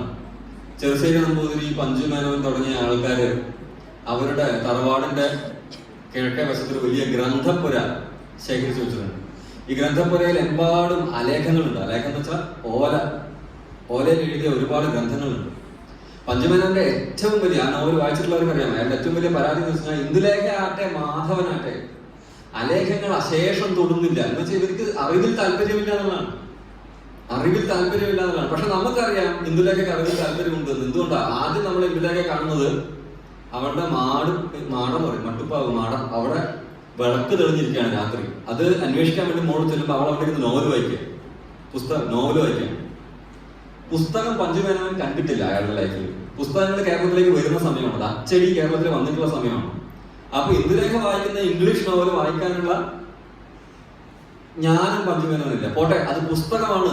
അപ്പൊ ഇന്ദുലേഖയോട് പറയുന്നുണ്ട്, നീ എന്തിനാണ് ഇതൊക്കെ വായിക്കുന്നത്? അപ്പൊ ഇന്ദുലേഖ പറയുക, ഇതിന്റെ അച്ച് തീരെ വ്യക്തമല്ല എന്ന് ഇന്ദുലേഖ പറയുന്നത്. അപ്പൊ പഞ്ചുമേനോൻ പറയും, അതെയോ, നമുക്ക് പുതിയ ഒരെണ്ണം വരുത്താം മകളെ. അച്ഛെന്താന്നേ അയാൾക്ക് അറിയാം. അവള് പറഞ്ഞത് ഇതിന്റെ അക്ഷരം ക്ലിയറില്ല എന്നുള്ളതാണ്. അതായത് കാരണം അക്ഷരം പ്രിന്റ് ചെയ്യുന്ന ടെക്നോളജി ആ ജനറേഷൻ അറിയില്ലായിരുന്നു. അവര് വിചാരിച്ചത് വായനാശീലമില്ലാത്ത നശിച്ചു പോകുന്ന ഒരു തലമുറയാണ് ഇന്ദുലേഖയുടെയും മാധവിന്റെയും എന്നാണ്. പക്ഷെ അവര് വായനാശീലം പുസ്തകത്തിലാണ്. പക്ഷെ പുസ്തകം അവർക്കൊരു വായനാ സങ്കേതമല്ല. പഞ്ചുമേനോന്റെയോ ചെറുശ്ശേരി നമ്പൂതിരിയുടെയോ തലമുറയ്ക്ക് പുസ്തകം ഒരു വായനാ സങ്കേതമല്ല. നിങ്ങൾ അലേഖങ്ങൾ വായിക്കുന്നില്ലെങ്കിൽ, അനേകം അലേഖങ്ങൾ ഗ്രന്ഥപ്പുരയിൽ കിടക്കുന്നത് പൊടിയെടുത്തിട്ട് അതൊന്ന് തട്ടി വെക്കാൻ പറഞ്ഞിട്ട് പോലും ആരും അങ്ങോട്ട് പോകുന്നില്ല. ജ്ഞാനത്തിൽ താല്പര്യമില്ലാത്ത തലമുറയാണ് ഇന്ദുലേഖയുടെയും മാധവന്റെയും എന്ന് ആര് പറയുന്നുണ്ട്? പഞ്ചുമേനോൻ പറയുന്നുണ്ട്. നിങ്ങൾക്ക് ഇത് കേട്ടിട്ട് വേറെ എന്തെങ്കിലും സംഭവമായിട്ട് താതാത്മ്യം തോന്നുന്നുണ്ടോ? ലൈബ്രറിയിലേക്ക് പുസ്തകം എടുക്കുക എന്ന് പറയുമ്പോൾ വേണ്ട, എനിക്ക് മൊബൈൽ ഫോൺ നോക്കിയാൽ മതി എന്ന് പറയുന്ന തലമുറ ഇതിന്റെ വേറൊരു ഇറ്ററേഷനാണ്. ഞാൻ വായിച്ചോണ്ടിരുന്നത് തന്നെ നിങ്ങൾ വായിക്കണം എന്ന് പറയുന്ന ഒരു തലമുറയാണ് പഞ്ചുമേനോന്റെ ചെറുശ്ശേരി നമ്പൂതിരിയുടെ. ഞങ്ങളത് വായിക്കില്ല എന്ന് പറയുന്നവരാണ് ഇന്ദുലേഖയും മാധവനും. ഞാനും എന്റെ സമകാലികരും വായിച്ച പുസ്തകങ്ങൾ നിങ്ങൾ എന്തുകൊണ്ടാണ് നിങ്ങൾ പുസ്തകം വായിക്കാത്തേ? ലൈബ്രറിയിലേക്ക് നിങ്ങൾക്കൊന്നും ജ്ഞാനത്തിൽ താല്പര്യമില്ല എന്ന് ചോദിക്കുമ്പോൾ ഞാനും എന്റെ തലമുറയും പഞ്ചുമേനോന്മാരായി മാറുകയാണ്. ഞങ്ങൾ പോകുന്നില്ല, ഞങ്ങൾ മൊബൈൽ. അപ്പൊ ഞങ്ങൾ പറയും, ഏത് നേരവും മൊബൈലിൽ കുത്തിയിരിക്കുകയാണ്. അതാണ് പഞ്ചുമേനോൻ ഇന്ദുലേഖ കൂടെ പറഞ്ഞത്, ഏത് നേരവും ഈ പുസ്തകം വായിച്ചുകൊണ്ടിരിക്കുകയാണ്. അവർക്ക് പുസ്തകം പ്രശ്നമായിരുന്നു, ഞങ്ങൾക്ക് മൊബൈൽ ഫോൺ പ്രശ്നമാണ്. കാരണം അത് ഞങ്ങളുടെ സംഭവം, ഞങ്ങളുടെ പ്രശ്നമാണ്. നിങ്ങൾ എന്തുകൊണ്ട് പുസ്തകം വായിക്കുന്നില്ല നിങ്ങൾ ചോദിച്ചുകൊണ്ടേയിരിക്കും. ഇവിടുന്ന് പോകുമ്പോൾ മിക്കവാറും നിങ്ങളുടെ ടീച്ചേഴ്സ് എന്നെ തല്ലിക്കൊല്ലും. കാര്യം നിങ്ങൾ പുസ്തകം വായിക്കണമെന്ന് ശഠിച്ചുകൊണ്ടിരിക്കുന്ന അധ്യാപകരുടെ മുമ്പിലേക്കാണ് ഞാൻ ഈ ഒരു ആശയം മുൻപോട്ട് വെക്കുന്നത്. പക്ഷെ പ്രിയപ്പെട്ടവർ, ഇത് അങ്ങനെയാണ്. നമ്മൾ ഉപയോഗിക്കുന്ന ടെക്നോളജി, നമ്മൾ ഉള്ള കാലഘട്ടം, അതിന്റെ എഴുത്തുവിദ്യ, അതിന്റെ വായനാശീലം, വായനാ സാങ്കേതിക വിദ്യ അടപടലെ പുരോഗമിച്ചിരിക്കുന്നു. ഞാനൊക്കെ PG പഠിക്കുന്ന സമയത്ത് ഒരു പ്രിന്റ് ഔട്ട് എടുക്കാന്ന് വെച്ച് കഴിഞ്ഞാൽ ഓസ്റ്റിൻ ഹെയ്ൻസ് കാണിച്ച മിന്നാമിനിയുടെ ജീനെടുത്തിട്ട് കള്ളിച്ചെടുത്ത് വെക്കുന്ന പോലത്തെ പ്രശ്നം. ഇത് എങ്ങനെ ഞാൻ പ്രിന്റ് എടുക്കുന്ന എനിക്കറിയാം. ഞാൻ ഇതും കൊണ്ട് പോകണം, പ്രിന്റ് ഔട്ട് എടുക്കുന്ന ആളെടുത്ത് പോകണം, ചേട്ടാ ഇത് പ്രിന്റ് എടുത്ത് തരുമോ? എന്നിട്ടോ എന്നെ ഇത് പ്രിന്റ് എടുക്കാൻ അധ്യാപകർ സമ്മതിക്കില്ല. ഇത് തിരുത്തി എഴുതി പെന്നോട് എഴുതി വായിച്ച് പെന്നോട് തിരുത്തി അവസാനം ഏറ്റവും ഫൈൻ ആയിട്ടതേ പ്രിന്റ് എടുക്കുള്ളൂ. ഇന്ന് നമ്മൾ അസൈൻമെന്റ് എഴുതി കൊണ്ടുവരാൻ പറഞ്ഞാൽ ആദ്യം വരുന്നത് പ്രിന്റ് ഔട്ട് ആണ്. എഴുതുന്നതിനാണ് പ്രിന്റ് ഔട്ട് എടുത്താൽ പറ്റും, ടൈപ്പ് ചെയ്യാൻ പ്രിന്റ് ഔട്ട് എടുക്കാം. ആരും എഴുതിയിട്ടേ ഇല്ല. ഏറ്റവും അധികം തിരുത്തുകൾ വന്ന ഒരു തെറ്റ് പോലും ഇല്ലാത്തത് മാത്രമേ പ്രിന്റ് എടുക്കാൻ പാടുള്ളൂ എന്നുള്ളൊരു കൾച്ചറിലാണ് ഞാനൊക്കെ എന്റെ രീതി ചെയ്തത്. ഞാൻ പഠിപ്പിക്കുന്ന കുട്ടികളാണെങ്കിൽ 1 പ്രിന്റ് 2 പ്രിന്റ് 3 പ്രിന്റ് എന്നാൽ തിരുത്തി കൊണ്ടുവരെന്ന് പറഞ്ഞാൽ കുട്ടി വീണ്ടും അതേ സാധനം എടുത്തോളൂ. പ്രിന്റ് എടുക്കാതെ പ്രിന്റ് വെറുതെ എടുക്കല്ലേ, വീട്ടിൽ പ്രിന്റ് കിടപ്പുണ്ട്, അവിടെ കിടപ്പുണ്ട്, 5 പ്രിന്റ് എടുക്കാം. മാഷ് ഇത് ഞാൻ ഫോണിൽ ടൈപ്പ് ചെയ്ത്, അതുകൊണ്ടായിരിക്കും മാഷിന്റെ ഫോണിൽ കാണുമ്പോൾ തെറ്റ്. ഞാൻ ഇതിന്റെ അലൈൻമെന്റും സാധനങ്ങളും ഒക്കെ ഇങ്ങനെ വേണമെന്നൊക്കെ പഠിച്ചു വന്ന് നമ്മളോടാണ് പറയുന്നത്. ഇത് ഞാൻ ക്ലാസ് എടുക്കുന്ന കുടുംബത്തിൽ നിന്ന് ടൈപ്പ് ചെയ്യാം എന്റെ അസൈൻമെന്റ് പേപ്പർ. എന്നിട്ട് എനിക്ക് തന്നെ അയക്കാം. ക്ലാസ് കഴിയുമ്പോഴത്തേക്ക് എന്റെ അസൈൻമെന്റ് പിടിച്ചു. ഇതിനോട് ഞാനൊക്കെ, കാരണം ഞാൻ പഞ്ചുമേനോനാണല്ലോ, എനിക്ക് അറിഞ്ഞുകൂടെ ഈ കുട്ടി എന്താ ചെയ്യുന്നത്. അപ്പൊ ഞാൻ പറഞ്ഞു ഇന്ദുലേഖ നീ പോയി അലേഖം വായിക്കും. അലേഖം വായിക്കില്ല, ഞാൻ എന്റെ ഫോണിലാണ് ടൈപ്പ് ചെയ്യുള്ളൂ, മാഷ്ക്ക് വേണം വായിച്ചോ. അപ്പൊ ഇതെന്തൊരു ഇത് പോസ്റ്റ് ട്രൂത്ത് എന്ന് പറയുന്ന സമയത്തേക്ക് എന്ത് സംഭവിക്കുന്നു വെച്ചാൽ technology leads you to the next generation. We are in the presence of another technology. The earlier capitalism, which was called print capitalism, print modernity, that is already out. Print modernity എന്ന് വെച്ച് കഴിഞ്ഞാൽ it's a different kind of capitalistic structure. അതില് പത്രം ഉണ്ട്, പത്രത്തിനൊരു സത്യമുണ്ട്, media ഉണ്ട്, അതിലത്തെ മീഡിയക്ക് ഒരു സത്യമുണ്ട്, വിഷ്വൽ മീഡിയ ഉണ്ട്. പക്ഷെ ഇതൊന്നും അല്ല, ഇന്റർനെറ്റിലെ media is different. Online media ഇപ്പോൾ കഴിഞ്ഞ 2021 ഹിന്ദു പത്രം ഒരു സർവേ നടത്തിയിരുന്നു. ആ സർവേയുടെ റിസൾട്ട് എന്ന് വെച്ചാൽ ഇപ്പോഴും ആൾക്കാർ വാർത്തയ്ക്ക് വേണ്ടി റിലയബിൾ സോഴ്സ് ഓഫ് ന്യൂസ് എന്ന ആൾക്കാർ ഡെസിഗ്നേറ്റ് ചെയ്യുന്നത് ഇപ്പോഴും പത്രങ്ങളെയാണ്. അത്രേ ഓൺലൈൻ മീഡിയയിൽ വരുന്ന ന്യൂസ് ആരും വിശ്വസിക്കുന്നില്ല. നേരായിരിക്കാം, ഓൺലൈൻ മീഡിയയിൽ വരുന്ന ന്യൂസ് വിശ്വസിക്കുന്നില്ലായിരിക്കാം. പക്ഷെ സത്യമായിട്ട് പറയാനാണെങ്കിൽ ഓൺലൈൻ മീഡിയയിൽ വരുന്ന ന്യൂസാണ് എല്ലാവരും വായിക്കുന്നത്. വിശ്വസിക്കുന്നത് വലിയ ഉറപ്പോട്ടെ, വിശ്വസിക്കേണ്ട ആവശ്യമില്ലാണ്ടായിരിക്കും. I'm not bothered about believing something. I am into stories. This is the story, the same story. ഇപ്പോൾ ഗൂഗിൾ ന്യൂസ് ഫീഡ് നോക്കി കഴിഞ്ഞാൽ ഡിഫറെന്റ് മാധ്യമങ്ങൾ, ധ്യാൻ ശ്രീനിവാസനുമായിട്ടുള്ള ഇന്റർവ്യൂ 1, 2, 3 എല്ലാ ഫീഡിലും ഉണ്ടാകും. So you reach into this particular reel. There is a reel, there is a meme page, there is a troll page. News has become cartoonish. Truth has become a cartoonish thing. We are living in a post-truth. So this is truth basically, but then ഈ post എന്നുള്ള പ്രിഫിക്സിന് ഒരു പ്രത്യേകതയുണ്ട്. When we talk about post colonialism, ഒന്നിന് ശേഷം എന്ന് നമ്മൾ പറയും, പക്ഷെ അത്ര ശേഷമല്ല. പോസ്റ്റ് ഇപ്പോൾ നമ്മളൊരു റിലേഷൻഷിപ്പിലാണെന്ന് വിചാരിച്ചോക്കാം, you break up with your boyfriend, you don't call yourself I'm post boyfriend, you say ex boyfriend. You're out of it. It's not post boyfriend. You like throw him out of your system. Ex ആണ്, post അല്ല. പക്ഷെ ആസാദിക്ക് അമൃത് മഹോത്സവം 75 കൊല്ലമായിട്ട് നമ്മളിപ്പോഴും post colonial, X colonial അല്ല. ആ boy friend പോയിട്ടില്ല, അതും കിട്ടും. നമ്മളുടെ ആ കൊളോണിയൽ എന്ന് പറഞ്ഞ ആ ബോയ് ഫ്രണ്ട് അതുപോലെ തന്നെ ഉണ്ട്. അത് പോസ്റ്റ് നമ്മൾ എപ്പോഴെങ്കിലും എക്സ് ആവുമായിരിക്കും, പക്ഷെ എക്സ് ആവുന്നത് വരെ നമ്മൾ പോസ്റ്റിലല്ല. പോസ്റ്റ് എന്ന് വെച്ച് കഴിഞ്ഞാൽ ഈ ബ്രേക്കപ്പിന് ശേഷമുള്ള ട്രോമ, ഇടക്കിടക്ക് അയാൾ മെസ്സേജ് ചെയ്തുകൊണ്ടിരിക്കുക, ഞാൻ ചാവാൻ പോകുന്നു പറയുക, ഇതൊക്കെ പോസ്റ്റാണ്. ഇതൊക്കെ കഴിയുമ്പോഴേ എക്സ് ആവുള്ളൂ. ആ ഒരു ഫേസ് കഴിഞ്ഞാൽ മാത്രമേ എക്സ് ആവുള്ളൂ. എക്സ് ആവുന്നത് വരെ ഇയാൾ പോസ്റ്റാണ്. പോസ്റ്റ് ആവാന്നൊരു സാധനം പറയുന്നത് അതല്ല, അയാള് ഒരു പോസ്റ്റ് ബോയ് ഫ്രണ്ട് ഫേസ് ആണ്. ഈ post boy friend girl friend ഫേസും ഉണ്ട്, എക്സും. പോസ്റ്റിന്റെയും എക്സിന്റെയും ഈ പ്രിഫിക്സിന്റെ പ്രത്യേകത പറഞ്ഞാണ്, അതൊന്നുമല്ല. അത് ഇപ്പൊ മൊത്തം പറഞ്ഞു കഴിഞ്ഞാൽ ഇത് മാത്രം ഓർമ്മ വെച്ചിട്ട് കാര്യമില്ല, ബാക്കിയോടും. പോസ്റ്റ് എന്നുള്ള prefix is basically used when we are still under the influence of that. So we are not in an ex-truth society. We are in a post-truth society. The truth still does matter. It is not like the truth is completely erased. Satyam eduthu kalanakkonnuilla. Post truth aanu. We are still bothered about truth. There are places that adondana Hindude survey we still say vishwasaniyamaya varthakal patrathil ninnaanu nammal ariyunnathu, nammal survey utharam kodukunnathu, nammal kodutha survey aanu. So truth does exist, but the society at large has become post truth. We share, and then in this society, in this technological environment, how does we construct gendered spaces? Can you think of the post-truth order as a gendered context? In the gendered context, Instagram-ൽ ഏറ്റവും കൂടുതൽ followers ഉള്ള ഒരു കവിയാണ് രൂപി കൗർ എന്ന് പറഞ്ഞ കവി. നിങ്ങൾ അവരെ ഫോളോ ചെയ്യുന്നുണ്ടോ എന്ന് എനിക്ക് അറിയില്ല.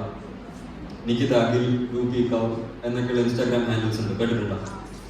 കേട്ടിട്ടുള്ളവരുണ്ട്, ഇല്ലാത്തവരുണ്ട്. കുഴപ്പമില്ല, കേൾക്കാത്തവർ ഇനി കേട്ടോളൂ. കാര്യം അത് ഭയങ്കരമായിട്ട് വൈറലാവുന്ന കവിതകളാണ്. നിങ്ങൾക്കറിയാം, ദശലക്ഷക്കണക്കിന് 134 മില്യൺ ഫോളോവേഴ്സ് ആണ് രൂപി കൗറിന്. ഷേക്സ്പിയറിന് പോലും അത്ര വായനക്കാരുണ്ടാവില്ല.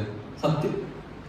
ഷേക്സ്പിയർ 16ാം നൂറ്റാണ്ടിൽ എഴുതിയ ഷേക്സ്പിയർ ഭയങ്കരമായ കവിയാണ്. നമ്മളൊക്കെ ക്ലാസ്സിൽ പൊട്ടിക്കൊടുത്തുകൊണ്ടിരിക്കും. നിങ്ങളൊക്കെ യൂണിവേഴ്സിറ്റി പേപ്പർ എഴുതി പോയതല്ലേ, is a wonderful point, great point. അവിടെ നമ്മളൊക്കെ എഴുതുക, നമ്മൾ വായിച്ചിട്ട് പോലും ഉണ്ടാവില്ല. TF wonderful point, great point, നമ്മളൊക്കെ എഴുതുക. പക്ഷെ Rupi Kaur is a wonderful point. Followers എത്രയാ? ലക്ഷമാണോ, കോടിയാണോ, ദശലക്ഷമാണോ, ശതലക്ഷക്കണക്കിന് ഫോളോവേഴ്സ് ആണ്. And what is you writing? ഒരു ഇൻസ്റ്റാഗ്രാമിൽ അറിയാലോ, ഒരു സ്ക്വയർ, ആ സ്ക്വയറിനകത്ത് 4 വരി മാക്സിമം, പിന്നെ 32 സാധനം വരച്ചുള്ളൂ. അത് ഈ കവിതകൾ വായിച്ചിട്ടുള്ളവർക്ക് അറിയാം, രൂപി കൗറിന്റെ കവിതകൾ വായിച്ചിട്ടുള്ളവർക്ക് അറിയാം. ഇത് പോസ്റ്റ് ചെയ്ത് 5 മിനിറ്റിനകത്ത് 100K 1000K ഇങ്ങനെ എക്സ്പോണൻഷ്യൽ ഗ്രോത്ത് ആണ്. ഈ കവിത വായിക്കുകയാണ് ആൾക്കാർ. കവിത വായിക്കുന്നില്ല ആരാ പറഞ്ഞത്, വായനാശീലമില്ല ആരാ പറഞ്ഞത്, അത്ര ആൾക്കാർ വായിക്കുന്ന സാധനമല്ല അവിടെ കിടക്കുന്നത്. എന്നിട്ട് നിങ്ങൾ എന്താണ് കുട്ടികളെ കവിത വായിക്കാത്തതെന്ന് വെച്ച് കഴിഞ്ഞാൽ കവിത അവർ വായിക്കുന്നുണ്ട്, പക്ഷേ they are not reading the poetry that we are reading. They are reading a different kind of poetry.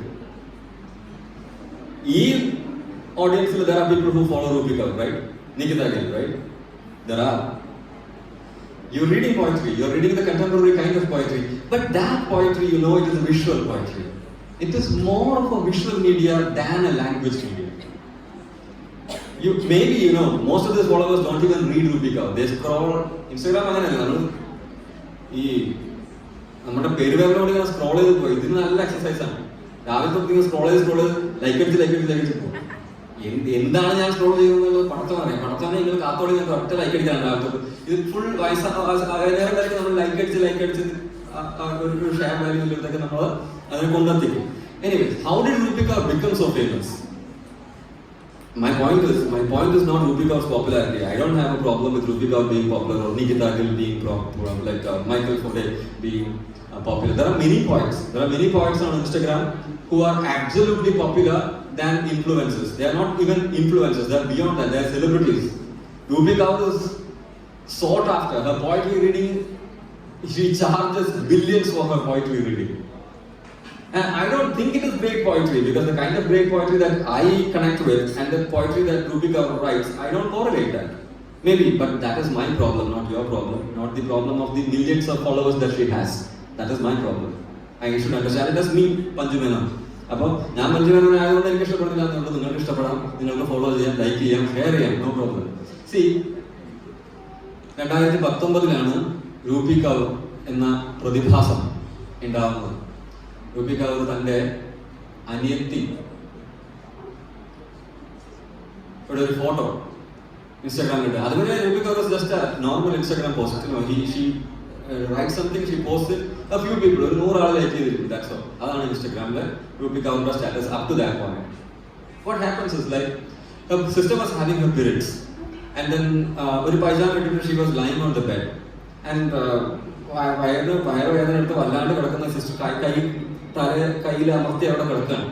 So she felt bad for her sister, so she takes a photo of her sister, younger sister. She posts it on Instagram. Her pajama pants showed period blood in it. Leak there was period blood in that photo. Instagram pulled down that post. Instagram said this is against the standards of Instagram post. This has to be pulled down. And Rupi Kaur did not take it silently. She said, "You have bikini-clad people here. You have half-naked people here. And all those posts are okay, but you're not okay with a girl who is completely clothed and she has period bloods on her pants. How is that possible?" She reposted that with this comment. Okay, and Instagram had to swallow it because people were liking it like hell. It went viral. What is your problem with period blood? You don't have a problem with half-naked people. You don't have a problem with people who are flaunting their body all over the Instagram. You have a problem with somebody who has period bloods. So you're objectifying women. This is not correct. She said that, and she had a point. She was only 19 years old when she did that.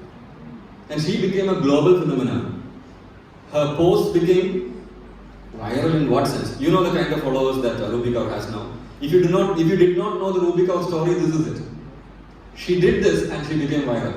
This is gender, right? There is a certain way in which that voice is gendered. In the digital environment, she made a comment, she made a remark, and that remark went viral. And that remark is responsible for creating an entire breed of poetry, an entire group of followers, an entire community of poetry appreciators. This is one way of looking at it. There are also cyber crimes. There are also problems that happen with fake profiles. There is cyberbullying.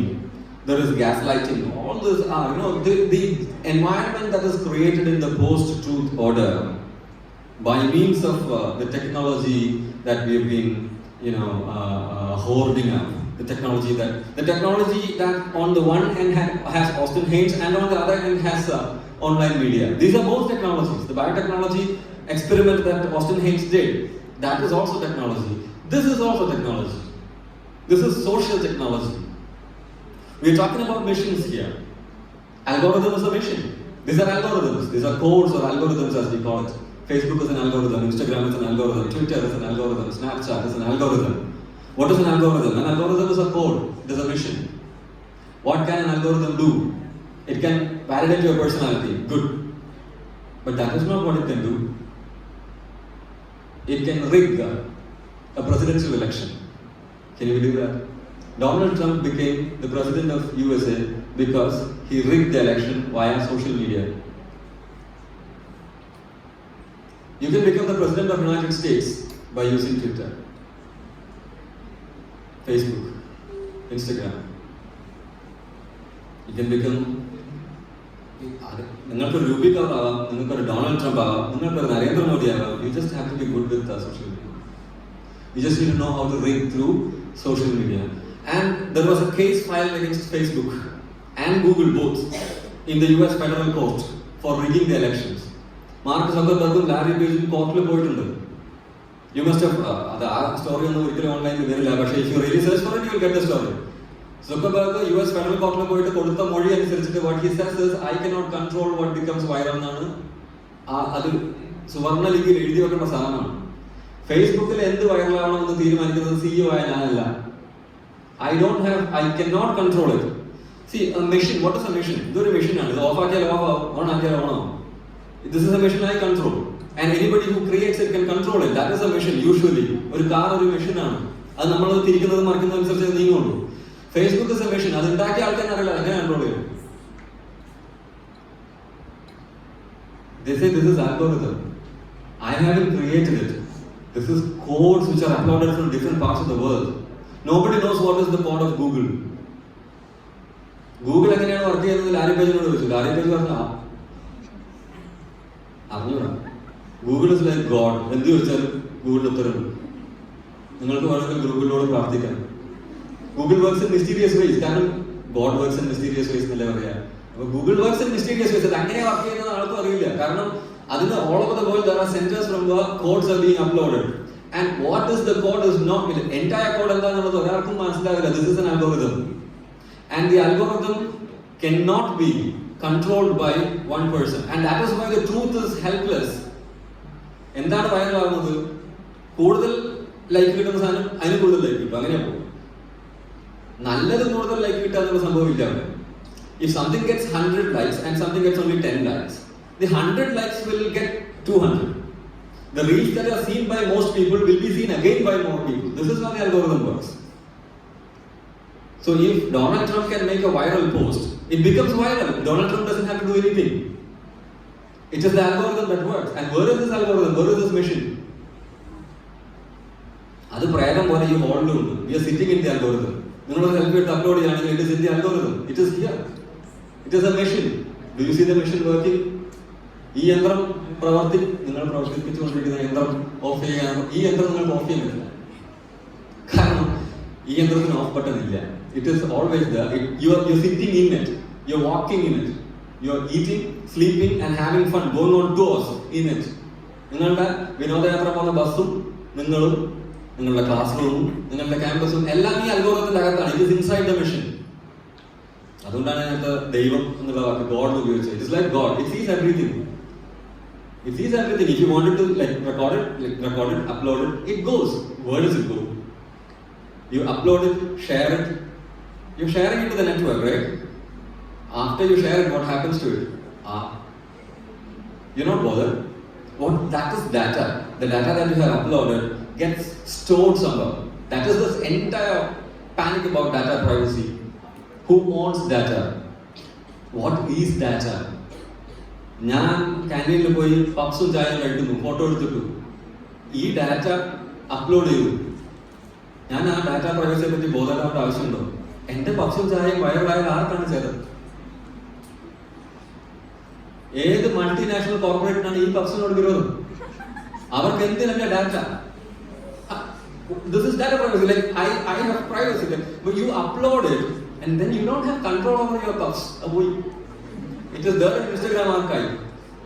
That is how it. I'm just using it, but it's more complex than that, definitely. When it comes to data privacy, if you remember how after being integrated to the metaverse, WhatsApp was completely revamped, and WhatsApp sent messages to each of its users, asking them to agree to the new privacy policy.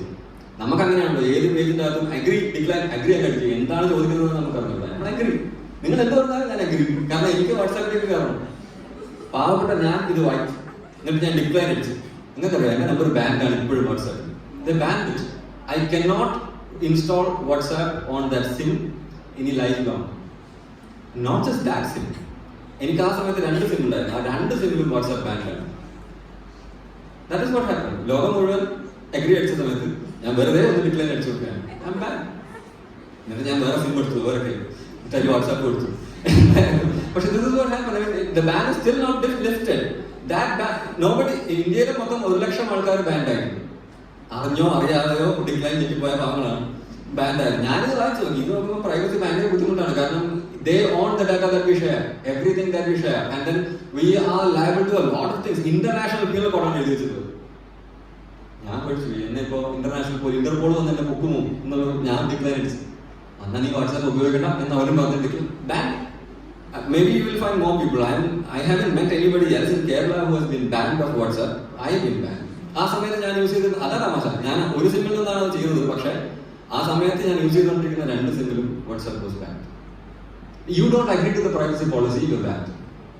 Nobody even cares what is the privacy policy, but if you check deep into it, your data is important to the corporate. Google Maps ഒക്കെ നമ്മൾ കാണില്ലേ? You do think Google Maps is the same? നിങ്ങൾ നോക്കുന്ന Google Map ആണോ നിങ്ങളുടെ അയൽക്കാരിയോ കാണുന്ന Google Map? No. Google Map has a way of customizing suggestions. നിങ്ങൾ ഏത് റെസ്റ്റോറൻറ്റിലേക്ക് പോകണം, നിയർ ബൈ റെസ്റ്റോറൻറ്റ്സ്, നിങ്ങൾ കാണുന്ന ലിസ്റ്റ് അല്ല അപ്പുറത്തെ ആൾ കാണുന്ന ലിസ്റ്റ്.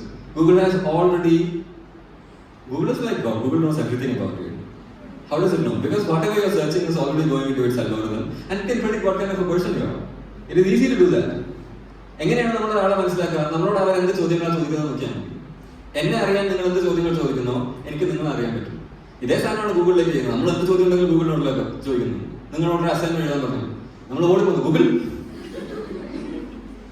ആദ്യം വിക്കിപീഡിയ, പിന്നെ ആ PDF ആവശ്യം കൂട്ടാൻ, കാരണം Wikipedia kind of banned from, you can't acknowledge or cite Wikipedia on thesis anymore. But even Google does that. Google learns everything that you type into it. And who's Google? Google is an algorithm. It is not Larry Page. It's not a person. It is the algorithm that studies it. So the suggestions that come to you are, നിങ്ങൾക്ക് തന്നെ അറിയാം, നിങ്ങൾ search ചെയ്യുന്നതിന്റെ ബേസിസിലാണ് നിങ്ങളുടെ പേജിലെ പരസ്യങ്ങൾ വരിക, നിങ്ങൾക്ക് വാർത്തകൾ വരിക, നിങ്ങളുടെ ഗൂഗിൾ മാപ്സിൽ സജഷൻസ് വരിക. Everything is basically customised. There is no standard. You are at the center of this. And what is making it possible? Data privacy. നിങ്ങൾ ക്യാൻറ്റീനിൽ പപ്സും ചായ കഴിച്ചിട്ടുണ്ടെങ്കിൽ പപ്സിന്റെ സജഷൻ നിങ്ങൾക്ക് വന്നിരിക്കും പിറ്റേ ദിവസം. That is data privacy. നിങ്ങൾക്ക് ഇത് ആർക്കാണ് ഇതിന്റെ ആവശ്യം? നിങ്ങളുടെ പപ്സ് ആവശ്യം ആർക്കാണ്? മൾട്ടിനാഷണൽ കോർപ്പറേറ്റ്സ് ആണ്. എന്തൊരു താമസം. This is how it works. I mean, a person is no more a human. A person is a data center. Like, everything about us can be converted into data. Our health can be converted into data. Angelina Jolie, ഉണ്ടല്ലോ നമുക്കറിയാം. Angelina Jolie 98-ലാണെന്ന് തോന്നുന്നു, 2000-കളിലോ Brad പിറ്റിനോട് കല്യാണം കഴിഞ്ഞതിന് ശേഷം, adoptions ഒക്കെ അവരുടെ കുറെ കുട്ടികളെ കോർപ്പറേഷനൊക്കെ ദത്തെടുത്തതിന് ശേഷം ആഞ്ചലിന ജോലി തന്റെ വൈറ്റൽ ഡാറ്റ മുഴുവൻ she gave it to the network. എന്ന് വെച്ചാൽ എൻ്റെ ശരീരത്തിലെ ജീൻസിന്റെ DNA ഡാറ്റ മുഴുവൻ കൊടുക്കുകയാണ്, ജീനിയോളജി ഡാറ്റ മുഴുവൻ കൊടുക്കുകയാണ്. And you know the network predicted there is 95% possibility that she will get breast cancer. And what did Angelina Jolie do? Do you know the story? You know the story, right? She removed her breast. Cancer very level. Before she got cancer, she did mastectomy. She removed her breast by surgery. Because the network is never wrong. A doctor wouldn't suggest that, but the network would suggest that. And the network is always absolutely sure. You give it the data will be analyzed objectively. And it will be, it's a health. You can give health data, you can give transport data. I was just suggesting, I was just saying. Cultural cancer, so basically, so basically, breast cancer, I don't remove her breast. Anyways, so you give health data, it provides you health information. You give them transport data, it gives you transport information. It basically relies on the data that you are feeding into the network. If the network has to respond, you need to produce data. The more you give, the more you get. That is the way it works. And we need to get more. So we always agree, never decline. We always share, never keep it to ourselves. We share more, we keep sharing more, we keep make ourselves a data relay center. We become individual broadcast centers, and then we become part of this shared network. And then there are gender equations, there are political dimensions, there are problems that we run into. Well, I have kind of made my statement about gender, technology, and the post-truth order in which we are living. I have already taken much time from your schedule. I was supposed to stop at 11:30 or something. It's already 11:49:50. I won't take further time from your schedule. Thank you for being such a nice audience. Thank you for inviting me over to deliver this talk. Again, thank you is TY. So we get back to TY and inductions memory. TY. Thank you, sir, for providing a wonderful session. It was really informative. Now let's move to our interactive session. If anyone have any doubts or any questions, you can ask now.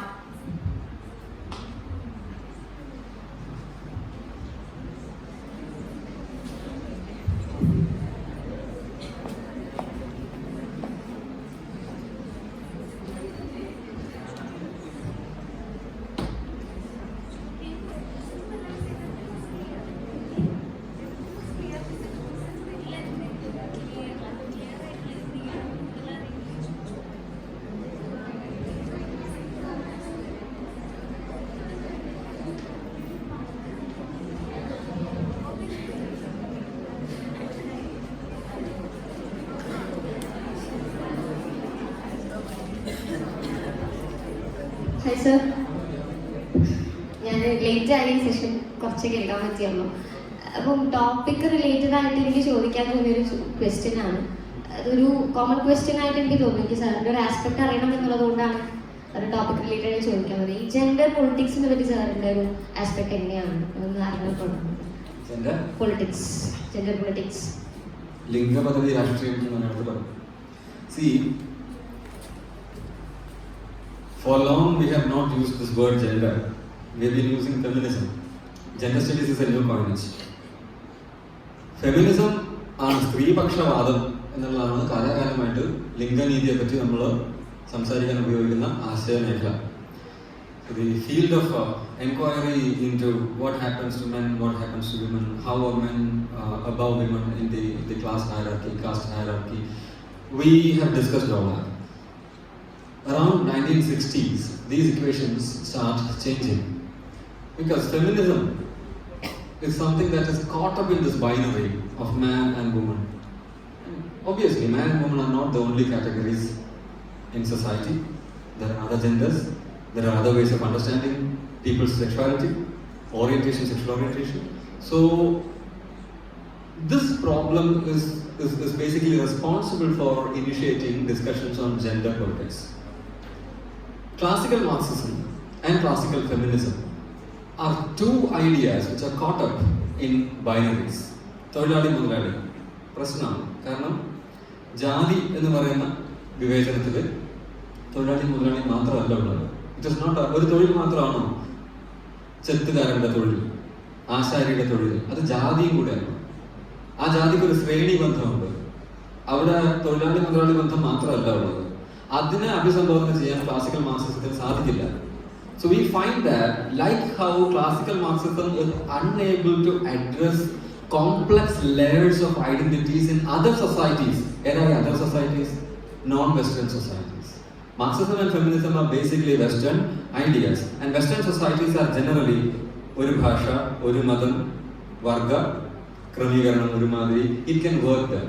In a country like India, in a situation like Africa, you cannot import these theories. ഇത് ഇറക്കുമതി ചെയ്യാൻ സാധിക്കില്ല. ഇത് ഇറക്കുമതി ചെയ്ത് അതുപോലെ ബൊളീവിയയിൽ വിപ്ലവം എന്നാൽ നമുക്ക് കേരളത്തിൽ വിപ്ലവം doesn't work like that. It can't work like that because that is not what we are. That is not our history. That is not our identity. This is not the way identities are constructed. So, like Marxism got trashed, feminism also got trashed. And post-feminism started. And post-feminism is generally understood as gender studies. Because it believes in this LGBTQ rainbow spectrum. A person can look like this, that, or whatever. I mean, like it's your choice how to carry out your gender. Gender is a performance. Gender is a performance. As a child, a girl is trained to behave in a certain manner. You sit like this, you dress like this, you talk like this. This is the volume that you are allowed. This is the way in which you should be. This is the speed in which you should walk. This is the speed in which you should read. This is performance. ഒരു നാടകത്തിൽ നടിനന്മാരെ നമ്മളെങ്ങനെയാണ് പരിശീലിപ്പിക്കുക? നിങ്ങളുടെ ഈ വരയിലൂടെ നേരെ നടക്കൂ, ഈ ഒച്ചയിൽ നിങ്ങൾ സംസാരിക്കൂ. അത് പരിശീലനമാണ്, പെർഫോമൻസ് ആണ്. ഈ പെർഫോമൻസ് ആണ് ലൈഫിലും നമ്മൾ. It's not just about women, it's also about men. We are also trained. You're a boy, so you shouldn't cry. You should, you have that conditioning, and this performance. അതനുസരിച്ച് നമ്മൾ പിന്നീട് perform ചെയ്യും. എൻ്റെ ലൈഫിൽ നമ്മൾ തകർത്ത് പെർഫോം ചെയ്യാം. Gender as performance is a theory that Judith Butler brought up first. Judith Butler എന്ന് പറഞ്ഞ ഒരു തിയറിസ്റ്റാണ് ആദ്യമായിട്ട് ഇതിനെപ്പറ്റി വിശദമായിട്ട് പഠിച്ചത്. You can read and find out what Butler says about performance. Gender is basically performance. And if it is performance, so you see lesbianism is a different kind of see, lesbianism is sexual orientation. Transgender is not sexual orientation only, it is a state of biological being. Those are two different things, and you need to be able to address all those varieties, all those this distinctions, all this rainbow. It's a rainbow. Why do they use the metaphor of a rainbow? They use different colors there. You cannot say that red is better than blue or indigo is better than yellow. No, but all of them must be there. Then it is a rainbow. Otherwise, you say only red and yellow or only red and blue are possible, then that is not a rainbow. That is not reality also. So that is why they use the metaphor of rainbow for gender studies. And gender politics is, of course, the politics that extends from this vision. ഈ ഒരു ഉൾക്കാഴ്ചയിൽ നിന്ന് അടർത്തിയെടുക്കുന്ന അല്ലെങ്കിൽ തുടർച്ച വരുന്ന രാഷ്ട്രീയത്തിനാണ് നമ്മൾ gender politics എന്ന് പറയാം. Gender politics is more in line with equality, equity. Moniquity എന്ന് ഒരു theorist ഉണ്ട്, ഒരു lesbian feminist ഉണ്ട്, who is famous for this particular quote. Maybe you have heard, lesbians are not women. Maybe we don't want your feminism because we are not women. Because woman as a category is created. I mean, you have this famous Simone de Beauvoir quote, one is not born a woman, one is rather made a woman. So, and lesbians are those people who reject this making model. So she says, we say lesbians are not women, so we don't want your feminism. So people trash the feminism. This is politics. This is politics. This is gender politics. When Wittig rejected feminism, that was gender politics. Gender politics trashing classic feminism. When Helen Z, in her Laugh of the Medusa, when she was talking about literature that is written by women, using their body as the basic metaphor, she was trashing feminism. She was moving into gender studies, the fluidity of gender. Judith Butler was moving into the fluidity of gender. ഈ ഒരു പരിണാമത്തെയാണ്, നീക്കത്തെ തുടർച്ചയാണ് നമ്മൾ ലിംഗപദവി രാഷ്ട്രീയം എന്ന മലയാളത്തിൽ gender politics എന്ന ഇംഗ്ലീഷിൽ വിളിക്കുന്നത്.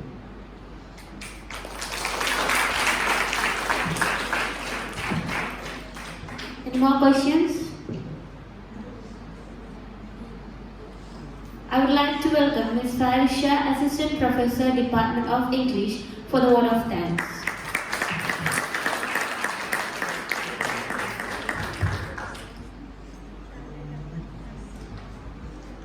A warm greetings to one and all. All good things life comes to an end. So is the talk.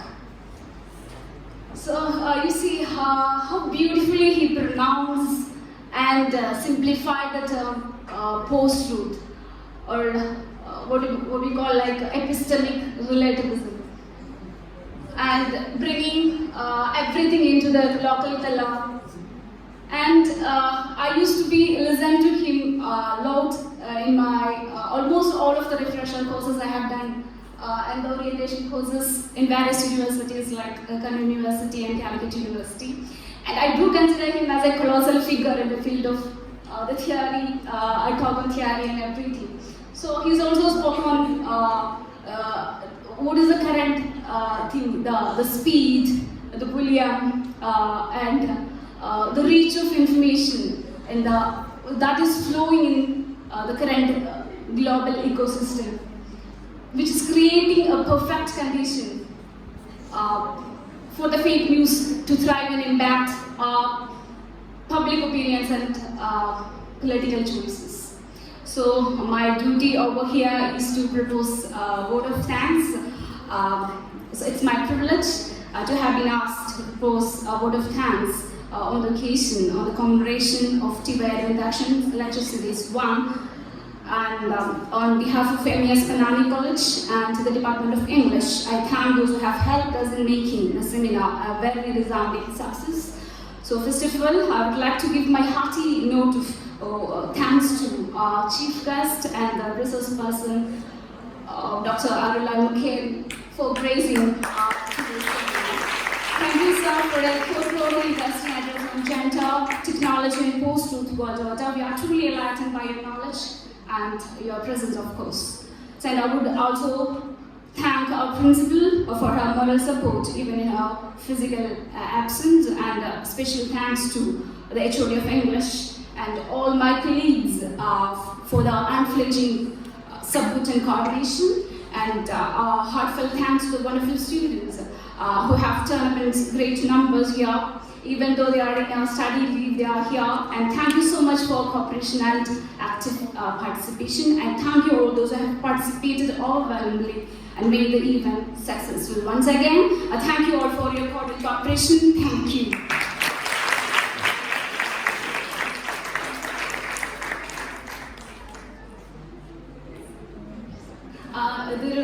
നിങ്ങളുടെ അറ്റൻഡൻസിന്റെ ലിങ്ക് ക്ലാസ് ഗ്രൂപ്പിലേക്ക് വാട്സാപ്പ് ഗ്രൂപ്പിലേക്ക് ഇടും. അത് ചെയ്യാം.